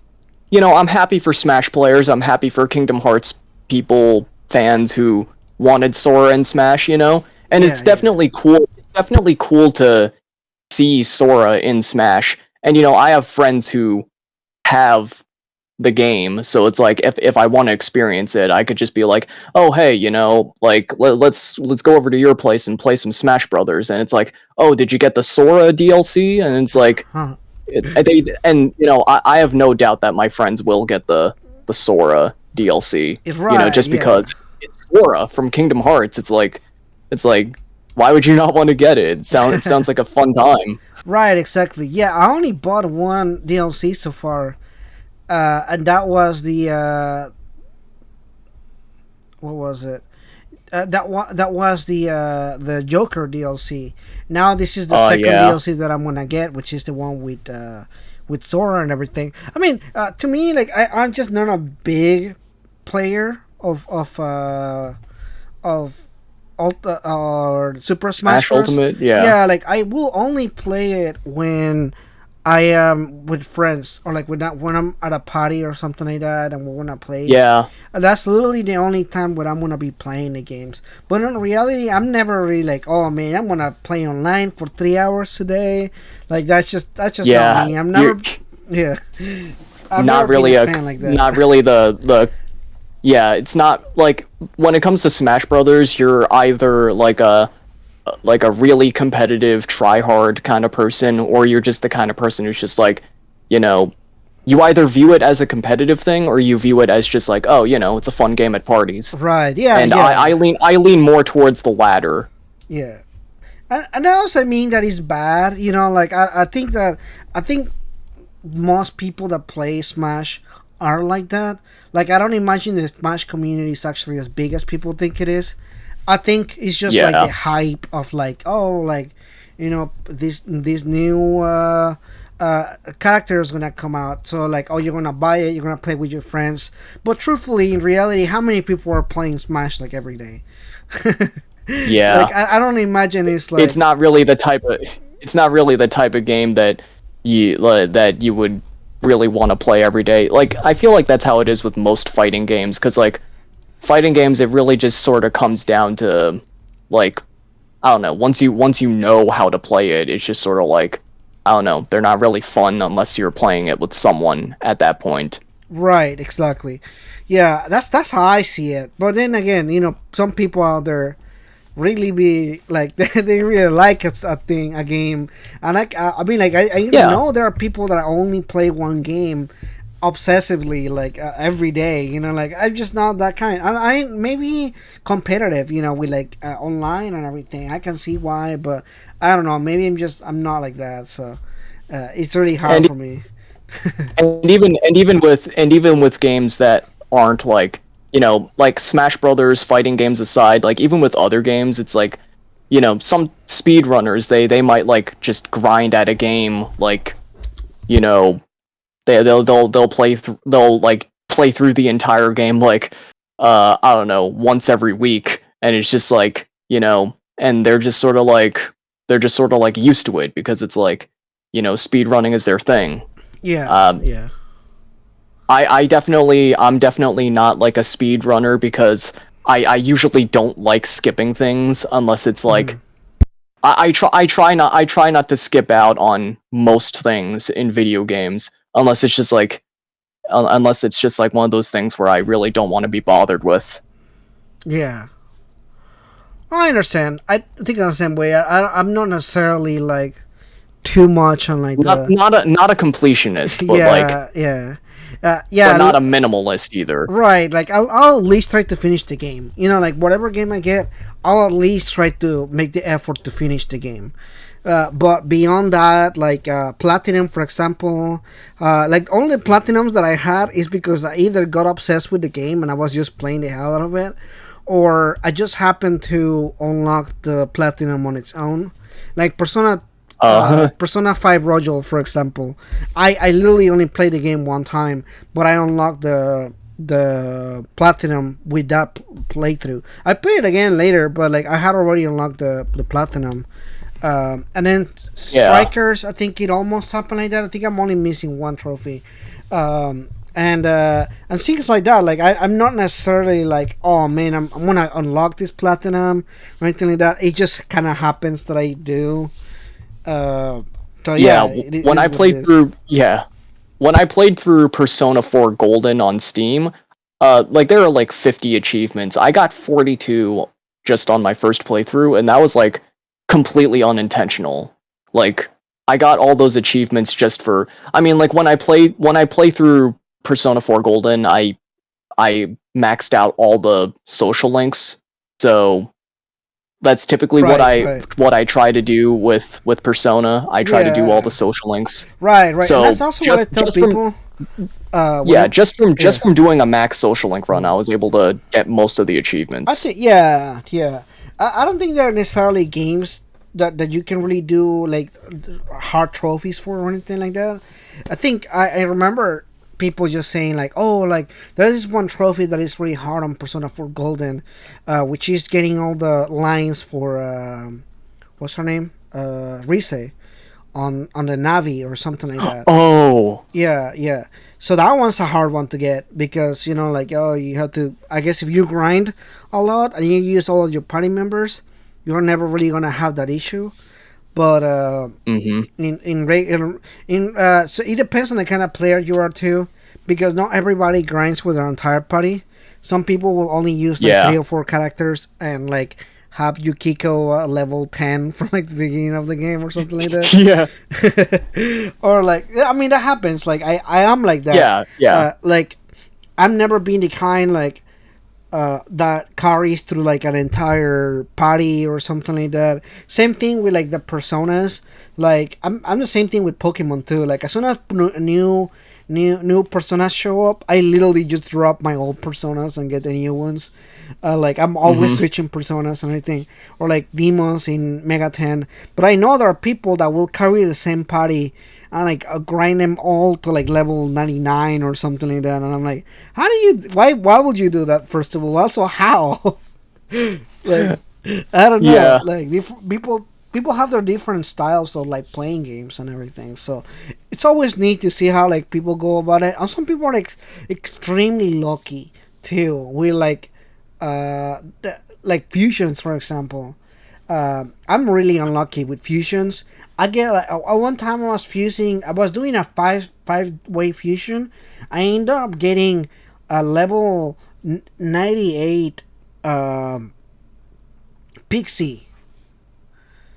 We What? like Pixie, yeah. I got a Pixie. For real? Yeah, Damn. because I was literally end game, and I was doing this fusion, and I was like, oh man, I'm like, I can't wait. I love this character, and instead I get a fucking Pixie. It was still the same level as the other Damn. one, but it was like, no, I'm sorry, 89, not 98, not 89, and I was like really fucking pissed. I was like, because like sure. Pixie still got a bump on the stats and everything, but Pixie doesn't learn new attacks. So the attacks that Pixie gets is things like Zeo or Dia or like the really very starting things. So like the good ones that are not the ones that you get. So like it's a pretty shit character to get, a pretty shit persona to get. It's a different deal if she was like a demon in like Nocturne, because she does get like a big buff and everything, but that's not the case for Persona. So like I was so annoyed about it. I was like, man, like I never get a good like fusion. But I've seen like YouTube videos of like people getting like crazy personas from like accident fusions. Like I think somebody got Yoshitsune one time from like a fusion, and I was like, "How the hell does that happen?" I'm over here breaking my back trying to get a decent persona, and I get a Pixie. I'm like the opposite of being really lucky. Okay, so I remember one time, like I got this was a while ago, but like I got one of my friends to try a little bit of Persona 4 for a bit, and their very first fusion was a fusion accident. Oh, I forgot what they got, but the very first fusion that they attempted was a fusion accident. But thankfully I told them to save before entering the Velvet Room. And it was just like, oh, no big deal. Yeah, but right. But still, the fact that happened was just kind of like, oh, well, that's something. Yeah, that's interesting. Yeah, some people just either lucky or unlucky, I guess. Because there are fusion accidents that are pretty cool, but some of them are pretty fucking dumb. So there's really no in between on that. And sometimes when you get a fusion accident, it's like when you get a fusion accident, it's a really good persona, but the skills that you passed on are just like not suited for it at all. Yeah, you're passing on all these like really strong like magic skills, but then you end up with like a physical leaning persona, and it's just like, like it has no awesome. Good. Yeah, I know exactly what you mean. Although in Persona 3 that happened to me, but I still like what I did. I literally cheated. Basically, I went to the arcade to increase its magic. I think I got Oh, yo, that's Yeah. the stack Yeah, grinding. yeah, yeah. So literally, that's what I did. I literally just grind all the stats to level 99, and I was like, you know what? I'm just gonna stick with this one for the rest of the game. But I was annoyed because it was that it looks like a superhero. It was like Mecha something. I forgot the name of it. It's gold, and it has like wings, and it looks like a Super Sentai, uh, like a Power Ranger type of character. I don't know if you know what I'm Um, talking about. I'm trying to. Do you remember what Arcana it is? Because I just happen to have a program that has like it's basically a fusion calculator, but it's like it's just like on my computer Uh, instead of browser. I don't. I'm trying to remember the name of the character of the persona. I really don't remember. It's You said it was a bird or something? no, no, no. It's a. It looks like a superhero. Superhero. Yeah. Okay, let's see here. Uh, I have the program right here. Igor's Index, that's what it's called. that's what it's called. Cool. Yeah, I'm trying to remember what the name of the persona is. It's one of the later ones. It's not an early persona. Superhero type thing. Yeah, it looks very Hmm. superhero. But I think it may be Justice. Oh, Melchizedek, maybe? Yeah, I think it is.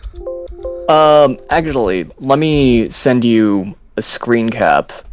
Cause like, actually, yeah, now that you mention it, Melchizedek does look, like a Sentai, or like pretty much any tokusatsu type. Yeah. Yeah, it's probably Melchizedek. Yeah, let me see if I can pull it up here. Yeah, that's it. That's it. Yeah, that's Oh him. yeah, yeah. Yeah, so he very much has like he's strong on physical attacks, but not really good on like magic. I mean, MP or like magic attacks or anything. And you can see like the magic Oh yeah. attacks. It's like if you look at the stats, he has like base. He has 12 magic and 15 strength. So like it's definitely not like but yeah, I bumped all of its all of its stats and everything.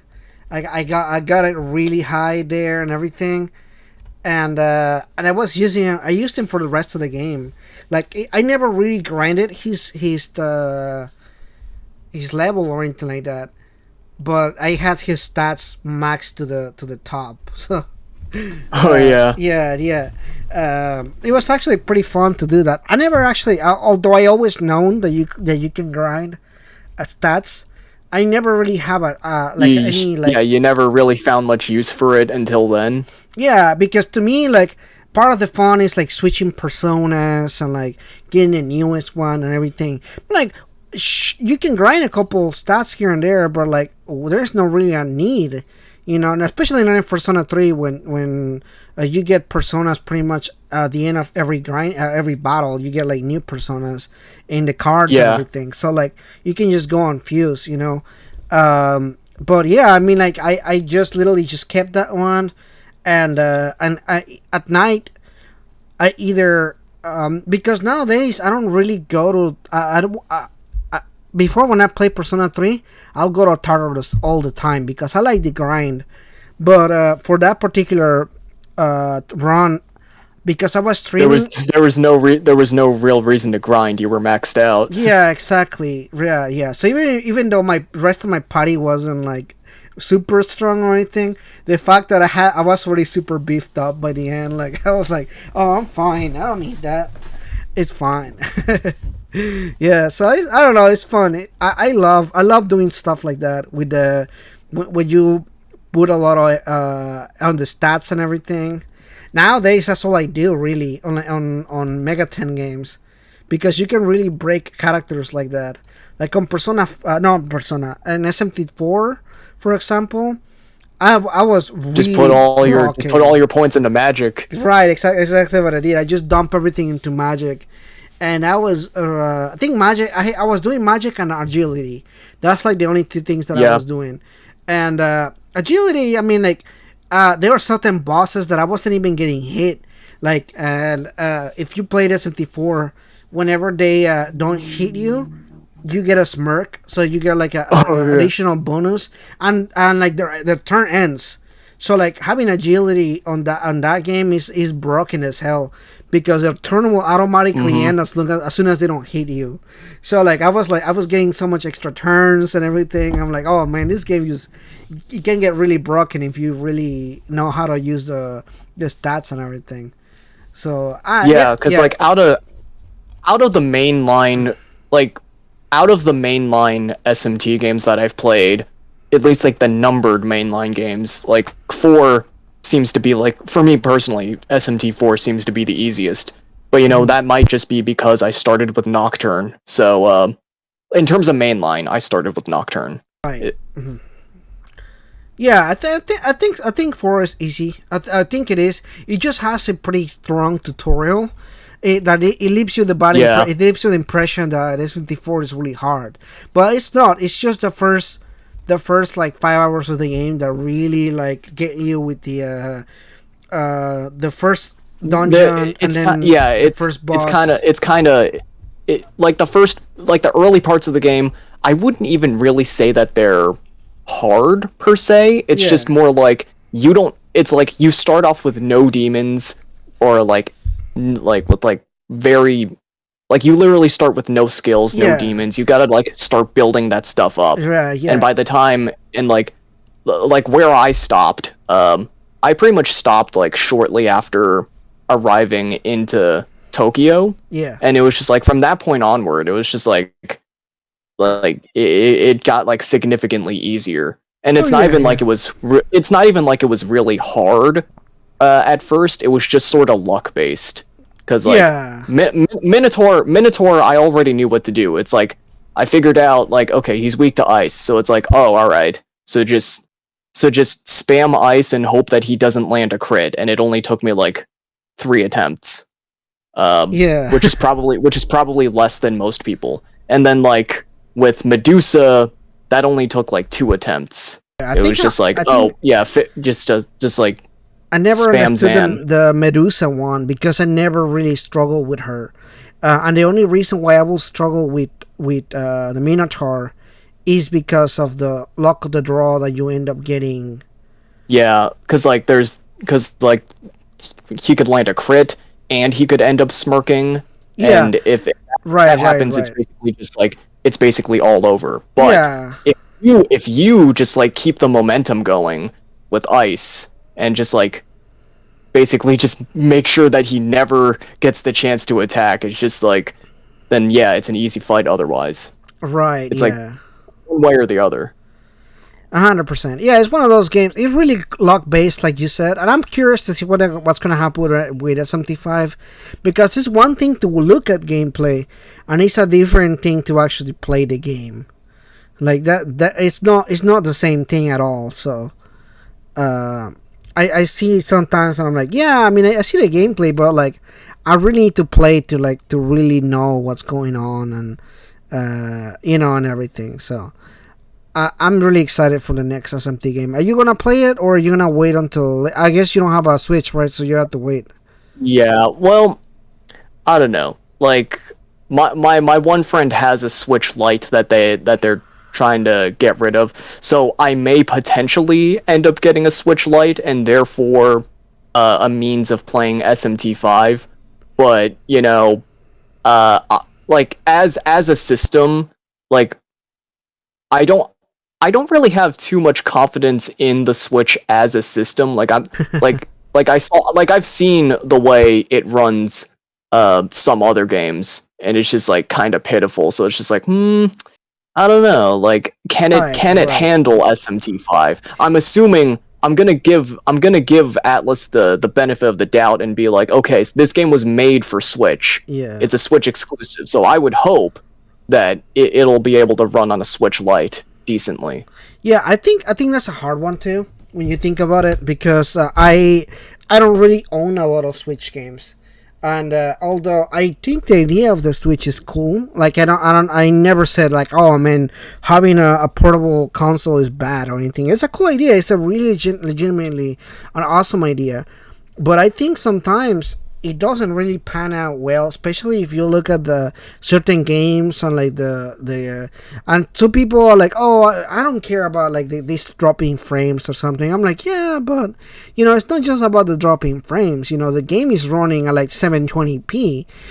Like I don't care about graphics, but I also want it to look decent too. And to me, like 720p doesn't look decent. So like I'm like, I don't know, I don't really have a lot of confidence in the Switch either. And I really would like them to do like a Switch Pro, which I don't care if it's really expensive, as long as it really runs the games like a PS4 or something. I'll be okay with that. But yeah, I have like 7 games on the Switch total. So I'm very excited for for SMT5, but I really wish it was on PS4 and on PC too, because like if I have a choice, I definitely never pick up a game on Switch. Like to me the portable aspect, it doesn't it not a huge selling yeah, point. it's not a big selling point. I know to some people are, but like the only place that I go out is my job. And I don't play at my job, so like yeah, so like there's no the selling point of like going out and being able to play outside or something like that. It's not one for me, so it doesn't make any difference for me on that regard. I'm always gonna play it on the TV, and if I want to play it on the TV, I would like to play it at the highest fidelity possible. Like on PC with like max settings and everything. So I'm like, I don't know, maybe it's just me, and I'm like, if I'm already gonna do this, I want to have the best experience possible. And looking at the game looks really good. Like the graphics look decent and the style of it looks pretty good. So I'm like, oh man, that game on PC will look beautiful. That every time that I see a trailer, that's like my first thought. I'm like, man, if this game ran on PC, this game will be cool. Yeah, but and that's not a knock to like gaming or like Switch or anything. It's just it's not my preferred. Switch is not my preferred console. That's really what I'm getting at. It's like if I have a choice, I'll go elsewhere. Yeah, because I have one friend who is like very much. I mean, he has a powerful PC to run stuff, but for the most part, he's like an avid Switch player. And it's like, that's cool, because like the Switch does have good titles on it. It's just like none of those titles except maybe SMT5 and like maybe the Pokemon Diamond and Pearl remakes. Like only those games would really appeal to me personally to like actually entice me to get the system. Yeah, I feel the same way. I think game wise, I own Bayonetta because I love those games. And then I own what is it called? It's a platinum game. Let me see if I can pull it up real quick. It's a game that it was done on the Switch for the Switch. What the hell is it called? Astral Chain. It's really good, and the gameplay is really well made too. But it's a lot like Bayonetta in that style. And then I own Super Smash Bros, which I mentioned before. I don't really play, and Mario Kart, which again is a party game, so I don't really play. Yeah. And then it's oh man, what else? Mario Party, which again is a party game, so I don't really play it. Yeah. So like it's like the games that are Legend of Zelda, Breath of the Wild, and Persona 5 Strikers, which I only bought to support Atlas because I already own the game on the PS4. So so like that's my 7 games. That's literally all the games that I own. Yeah. So so yeah, like all the games that I have, like I'll party games when friends come over, or like, oh, let's play. It's like I'm like, oh, we can play Super Smash Bros or whatever. That's really just what I have, just so that I can play with friends and everything. Yeah, I feel like Nintendo. I feel like a lot of Nintendo games are just better suited to be played like with friends locally. At least the ones that I've seen. Like the ones that Yeah, I've seen, yeah. at least whenever I come over to that one friend's house who has like the Switch, it's always like, I don't know, the best Switch games seem to be the ones where like you can give the other Joy-Con to a friend or something. Yeah, yeah, and in that aspect, I think overall, like the idea of I can play with my friends, it's always been there, like as a cool aspect of it. Whether it's like an Xbox game or a PS4 game or whatever, as long as you can play with friends, I feel like playing with friends just enhances the experience of any game. So I Yeah, personally, I feel like uh, just playing online overall is an awesome thing. Like it doesn't matter what game it is, as long as you play with your friends, you're probably gonna have a fun time with it. You know, hmm unless you don't have fun friends. you like your friends are just anti-fun. It's like, Right, hey, right. you want to play video games? Nah, I want to watch paint dry on the wall. Right, right. But in reality, like most people that like enjoy playing games, I'm sure they won't don't mind playing with friends and everything, because that's what I do with my Yeah, friends. I like always like, hey, do you want to play this game or whatever. The only thing is, most of my friends like MMOs or that kind of stuff or single player games. So like, there's very yeah. few times to find a common ground to be able to play a game together, and it's I usually mean, these games like even I'm yeah. more into single player games. Sorry. Same here too. That's why I have Super Smash Bros. And Mario Kart, because that's like the one game that I can be like, oh, let's play some Mario Kart or let's play some Super Smash. Because like they're not gonna come over to my house to watch me play God of War for the third time, or like they're not gonna come to watch me. Yeah. They're not gonna watch me play Persona 5 again. I'm like. Like I don't think like friends are gonna come to watch you play. I'm like, yeah, I came over to your house to watch you play. I could, yeah. This might sound kind of weird, but I have like at least back in college, I did.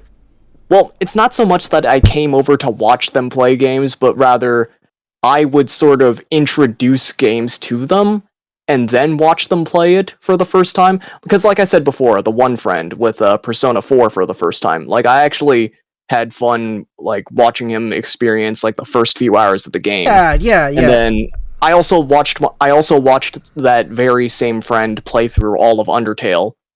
Really. And yeah, and it was actually a fun time because like I don't know, it's a game. It's mostly just because it's a game that I wanted to introduce to them. Because you see, the thing about like recommending games to other people, it's like, sure, you could listen to that one guy on YouTube who says that this game is or is not worth playing, or like if it's being recommended to you by someone you actually know and Yeah, someone who kind of like understands your sensibilities and like your preferences and all that, that kind of means a lot more. yeah, I think so. So it's like, so it's like you should obviously take your friends' advice more seriously when it comes to like recommendations, and then Yeah, like yeah, a and, hundred and then percent. like to me, like because I recommended that game to them, it also means a lot more for me to like see it through with them. You know what I mean?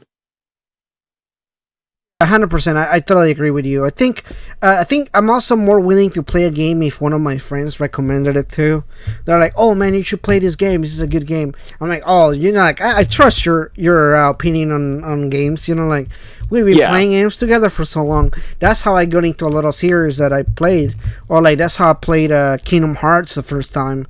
Because like to me, like the idea of Kingdom Hearts, of like the Disney and Final Fantasy thing, that really appealed to me too much. Like I wasn't like into Disney or anything like that, so I'm like, oh man, I need to play Kingdom Hearts or whatever. But I am a fan of Final Fantasy, so they were like, oh, I think Final Fantasy 10, you get to in Kingdom Hearts 1, you see the characters, on the beach on Yeah, like the island. at the very beginning. Right. Tidus, Waka, Selfie. Yeah. So my friend was like, "Oh, dude, you use the characters in the game." I'm like, "Oh, really?" So like that's literally what it got me into like playing Kingdom Hearts 1, because I was like, the idea of like seeing the characters that I liked from Final Fantasy 10 was like, "Oh, that's awesome!" Like I want to. And then you see Cloud, and you see other Final Fantasy characters from Final Fantasy 7. You're like, "Oh, dude, this is great."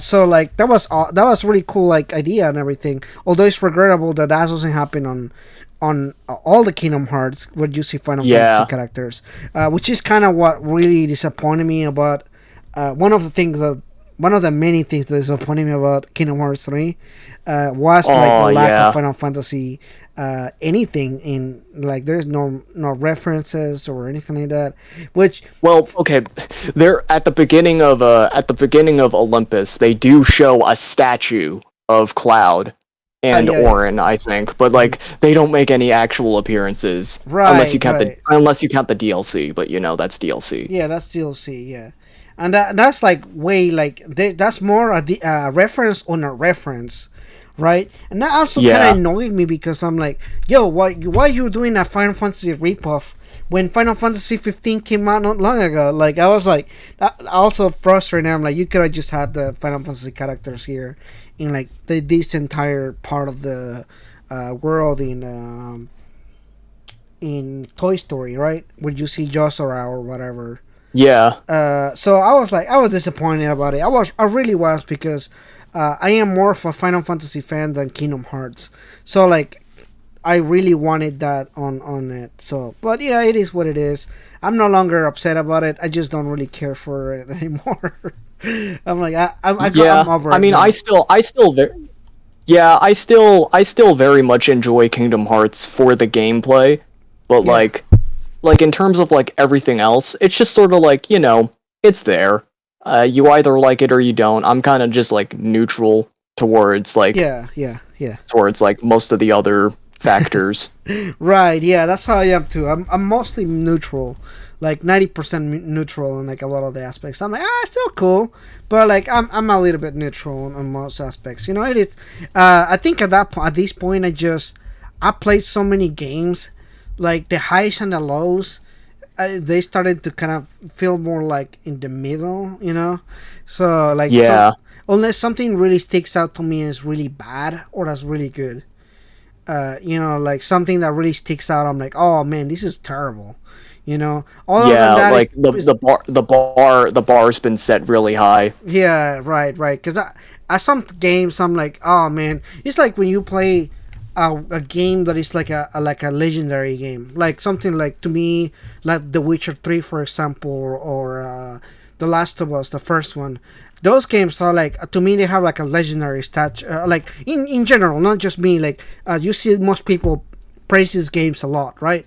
So whenever a second game comes out, there's no way in hell they're gonna meet the hype for the second game, because there's like this impossible things to achieve now, because the game is forever gonna live on their minds as like one of the best games of the generation or something like that.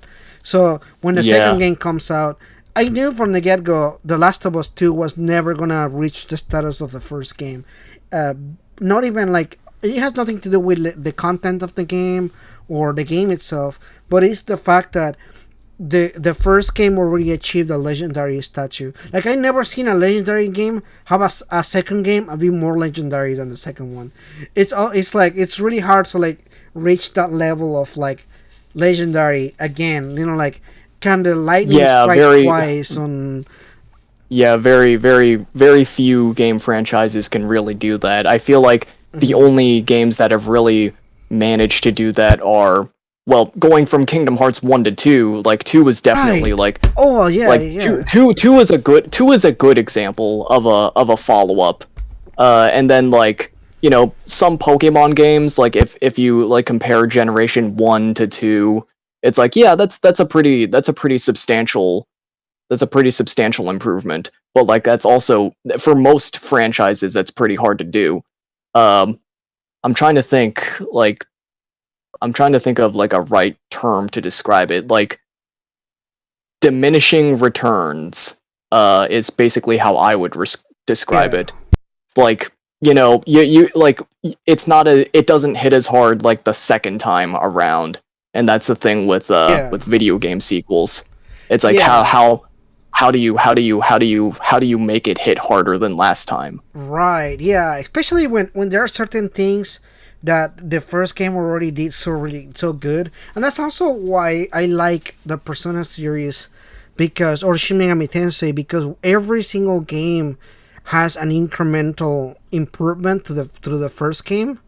Like you play Persona 3 and then you play Persona 4, at least from like a like an aspect of like gameplay wise, right? There's some things that are improved from the game, and then you play Persona 5 and there is an improvement when it comes to like graphics or something. You see an Yeah, incremental build, right? And now, regardless of how you feel about the story or the characters or something like that, that's a personal thing. But at least from because I feel like also people have a hard time looking at it from a perspective of, well, what is actually what you will call objective versus what is subjective, right? So subjectively speaking, yeah, there are some things that are going to be opinions, things like, oh, how do I like this character more, or how do I feel like the story was better. But then there's some objective things, like objectively every Persona game has improved on the gameplay, or like they have improved on like a graphical fidelity, like, right, Persona 3 and Persona 4 looks yeah. slightly better than Persona 3 in some aspects,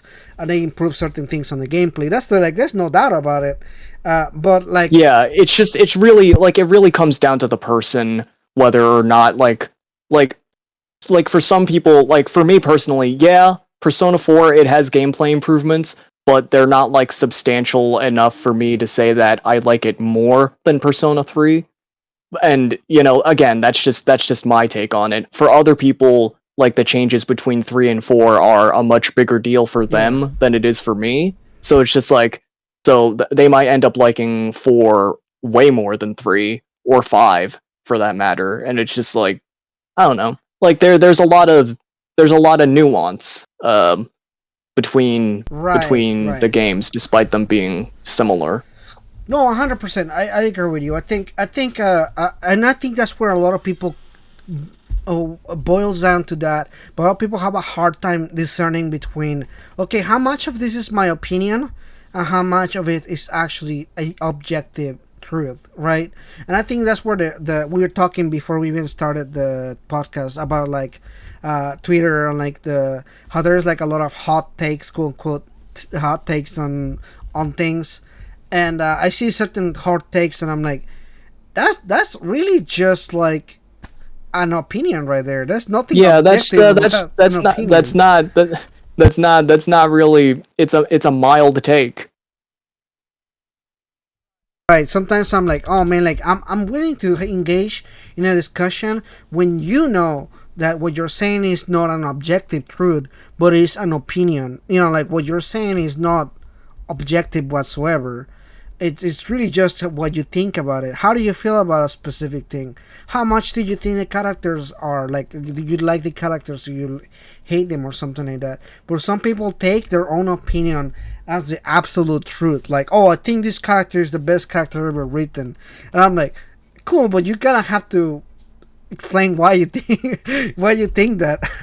Like Persona's a social sim, so like it's sort of in the game's design for some characters to vibe better with other types of people. Because Right, like, right. what because like if I look at a Persona game and it's like, oh, I really like these characters, but like I can't stand these other characters, that means, that means it's working, because it's Right, like, right. some characters are clearly designed to appeal more to other people, and maybe even sort of written to irritate some other types of people. You're really, because like the original vanilla Persona 3, like before Fest, before Portable, like you were never meant to complete every single social link. You were just sort of meant to, pick your favorites and just sort of stick with them, And it's just Yeah, like, that's actually something so that I was telling people whenever they come into my so I have a series of tips videos where I give tips about Persona 3 and Persona 4 and so on and so forth, and people always go like, oh, what should what what social links do I start with, or like how can I get all social links in one run? I'm like, okay, first of all, if this is your first time playing, do not do that. You know, just choose whatever vibes with you. What characters vibe with you better? What characters do you engage with and you actually enjoy? You know, like the first experience of the Persona series should be just about kind of like getting to know the characters and everything. There should be a completionist where you one time, once you know the mechanics really good, sure you can go on and complete all the social links and everything, but that very Yeah. first interaction shouldn't be about like completing on the social links or something. Yeah, like when you play through the game like the very first time, you stick with the characters that you like, and obviously that affects like what arcanas get more experience upon fusion, and obviously that'll sort of affect your strategy. So it's like Right, you kind of right. have you can so it's not just about like sticking with the characters that you vibe with. I mean, yeah, you should definitely do that, but while you're doing that, you also sort of have to, you know, that stuff should also sort of account into like your strategy, sort of like But it's also like really what hard to arcanas that you should favor. right, but it's also really hard to know what you should favor when you don't really know the game. You know, so like I Like see, once, oh yeah, yeah, yeah, but like once you get up to a certain point, you should sort of have an idea like, oh, well, my rank with this arcana is really high, so it's like, all right, so I guess I'll just I'll lean more towards like the magician personas or whatever. yeah, right, right. I think that's what it is with a lot of times with those games. You're at a certain point where you're like, okay, well, I'm gonna get a bump on, you know, like if you're like level 7 on the Arcana or Magician Arcana, you're probably gonna favor, you know, having a Magician Arcana in your party because of that extra buff that you're gonna get from fusing a new Arcana, or like or doing that specific something, or but sometimes, especially like when you play your very first Persona game, you have no idea what any of the Arcana means, or like as a whole, like Yeah, or like how the fusion system works, or and I think I know why sometimes people see that and they can be overwhelmed because it looks confusing. It's not confusing, but it looks confusing, and the game does like. Although Persona 5 may be really handholdy as a whole, like it never at hmm, any points explains how Arcana works or like how fusion works as a whole. Like it gives you, okay, you can do on this one and this one, and they fuse this one. But why do they do that? You know, like sometimes people are like, oh, can you make a guide? Like what? Like look, I even now a veteran, I still don't understand the reasoning behind certain Arcana fusing with each other to give you X persona and how that yeah. falls into, because there's two. I know the instruction manuals for Persona 3 and 4 have a fusion chart that shows you like, Yeah, oh, you can fuse these two arcanas together, but you can't fuse these two together. right, Like, right. And there's like two ways you can do that. One, that's lore. That's lore in like in like Arcana thing, you know. But it's not really a Persona lore or anything like that. But that's like, oh yeah, okay. yeah, you know, because that is more on like how the tarot work. Like, think of tarot on like the Arcana as the American version of that. I think it will be like the constellations, you know, like Aries Yeah, and the Taurus, zodiac the zodiac symbols. signs and everything like that. So there are some that are more compatible with each other, and there are some like against each other. And I said, which I was thinking that I was like, if they did a Persona game set in like America, they should use the zodiac symbols instead of the tarot, because that's literally the same thing. And I think like when you That think of it, that would be pretty interesting, but at the same time, okay, so the reason I think the reason they use tarot is because like I know Persona is like very focused around like Jungian psychology. yeah. So if they were to try to replace the tarot, because I think the tarot are like, correct me if I'm wrong, but I do think the tarot like is like referenced in Jungian psychology, is it not? Or I don't think so. is it? Huh. And I will Oh have wait, to. wait, wait. I'm thinking the Fool's Journey. The Fool's Journey. Yeah, Right. that's a completely separate thing. But like, I don't know. Like if they were to like change up like replace the Arcana with like the astrology stuff, then they would sort of have to they would have to sort of maybe approach how they write the story Yeah, differently. Like yeah. it wouldn't be like a fool's journey Right, anymore. right. But I guess it just depends on what they're trying to do, because there is a link between Jungian psychology and how they and like the connection to it, like you were saying with a fool's journey, and but there's a lot of parts of Jungian psychology that have nothing to do with their kind of stuff that they do in Persona. So a lot of stuff is really like it's taking liberties out of the stuff. So I mean, like if they're already gonna take liberties on a lot of the things, they made as well really like transform or like use certain aspects of it, because on Persona, for example, That's true. the Arcana represent like very much a a type of character, right? Like the magician is a specific type of character, and they do a specific Yeah. type of things, and that's very archetype kind of thing. But so what Jungian psychology does is the archetype type of the tarot. Like it's not really. There's like a lot of what this means for like this specific type of personality or like this type of person. It's like really hard, but it's like it's not really. That's more on that side, right? It's not really more on that persona side. So like it's, I don't know, it's complicated. I think it's overly complicated for no reason. But that's psychology as a whole. I'm a psychology major. I have a degree in psychology, Oh, nice. and I That still one find that it one too, friend I was talking that yeah. one friend I was talking about who I like to introduce games to. He also studied psychology. Yeah. So like there's a lot of the tarot that is more on the what would say like more of the spiritual side of things, but Carl Jung looked at it more like a scientific type. Like this is very much of this way because of like science reasons kind of thing. So I don't know. And then Persona obviously is more on like the spiritual type, where you see like the gods and the demons and everything. So I don't know. I think it's like so ingrained to it. Like when I seen a lot of people praise Persona for Jungian psychology things, and I'm like, you don't know that they didn't create those things. Like Persona 5, for example, is one that I always see. Like people are like, oh man, these game the things that this game does with like approaching of like the true self and like all this stuff. I'm like, no, those things existed before Persona. Like they are mentioned in Persona, and they are part of the series, and they do things with it.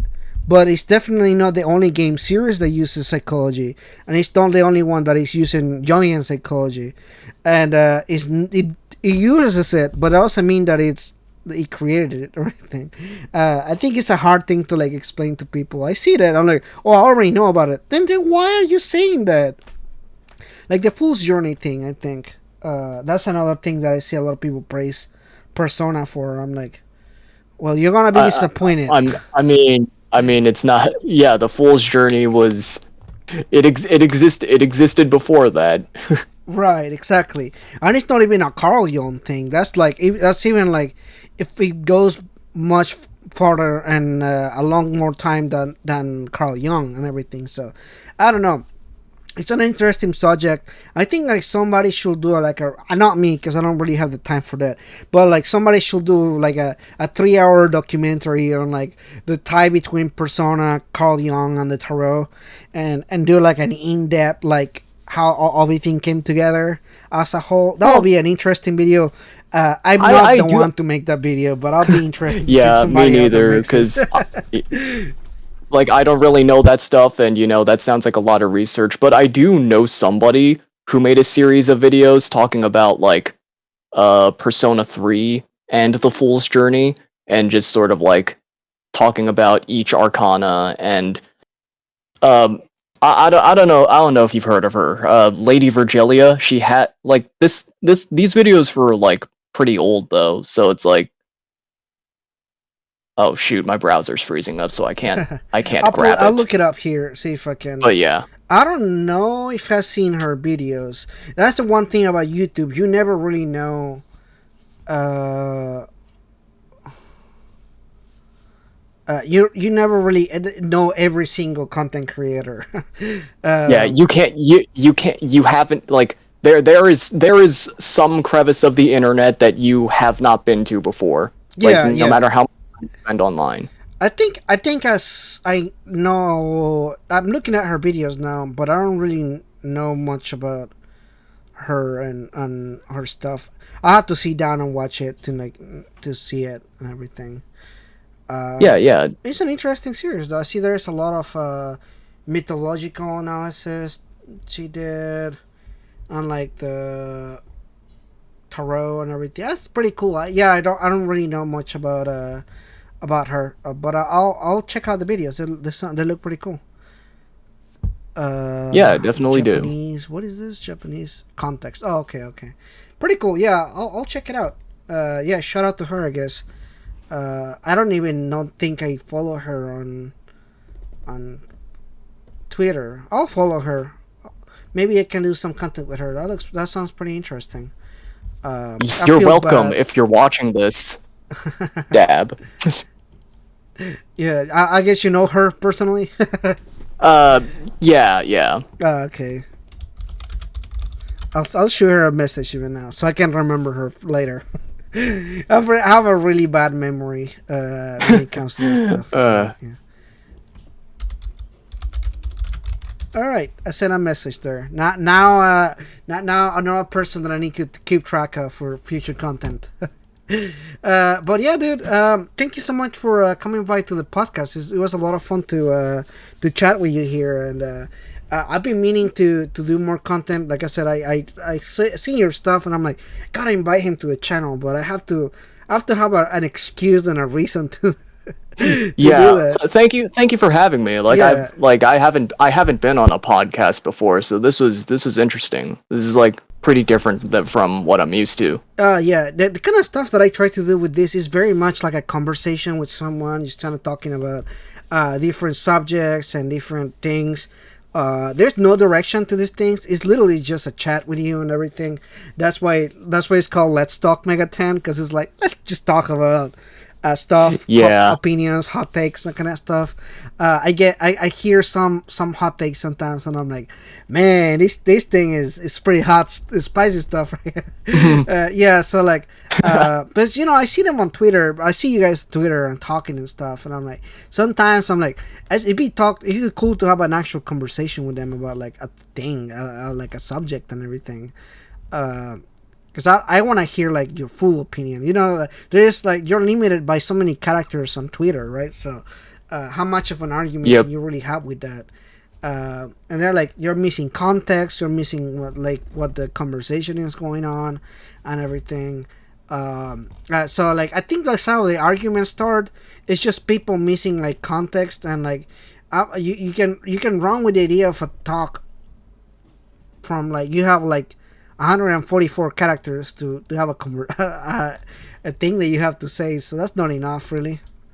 But yeah. Yeah, Twitter it really isn't built or designed for like those sort of long philosophical discussions. It's really made for stuff like, really short thoughts, very impulsive short thoughts like, "Oh, I like oranges" or whatever.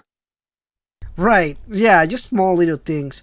Although it'd be interesting if I were to want two changes from Twitter.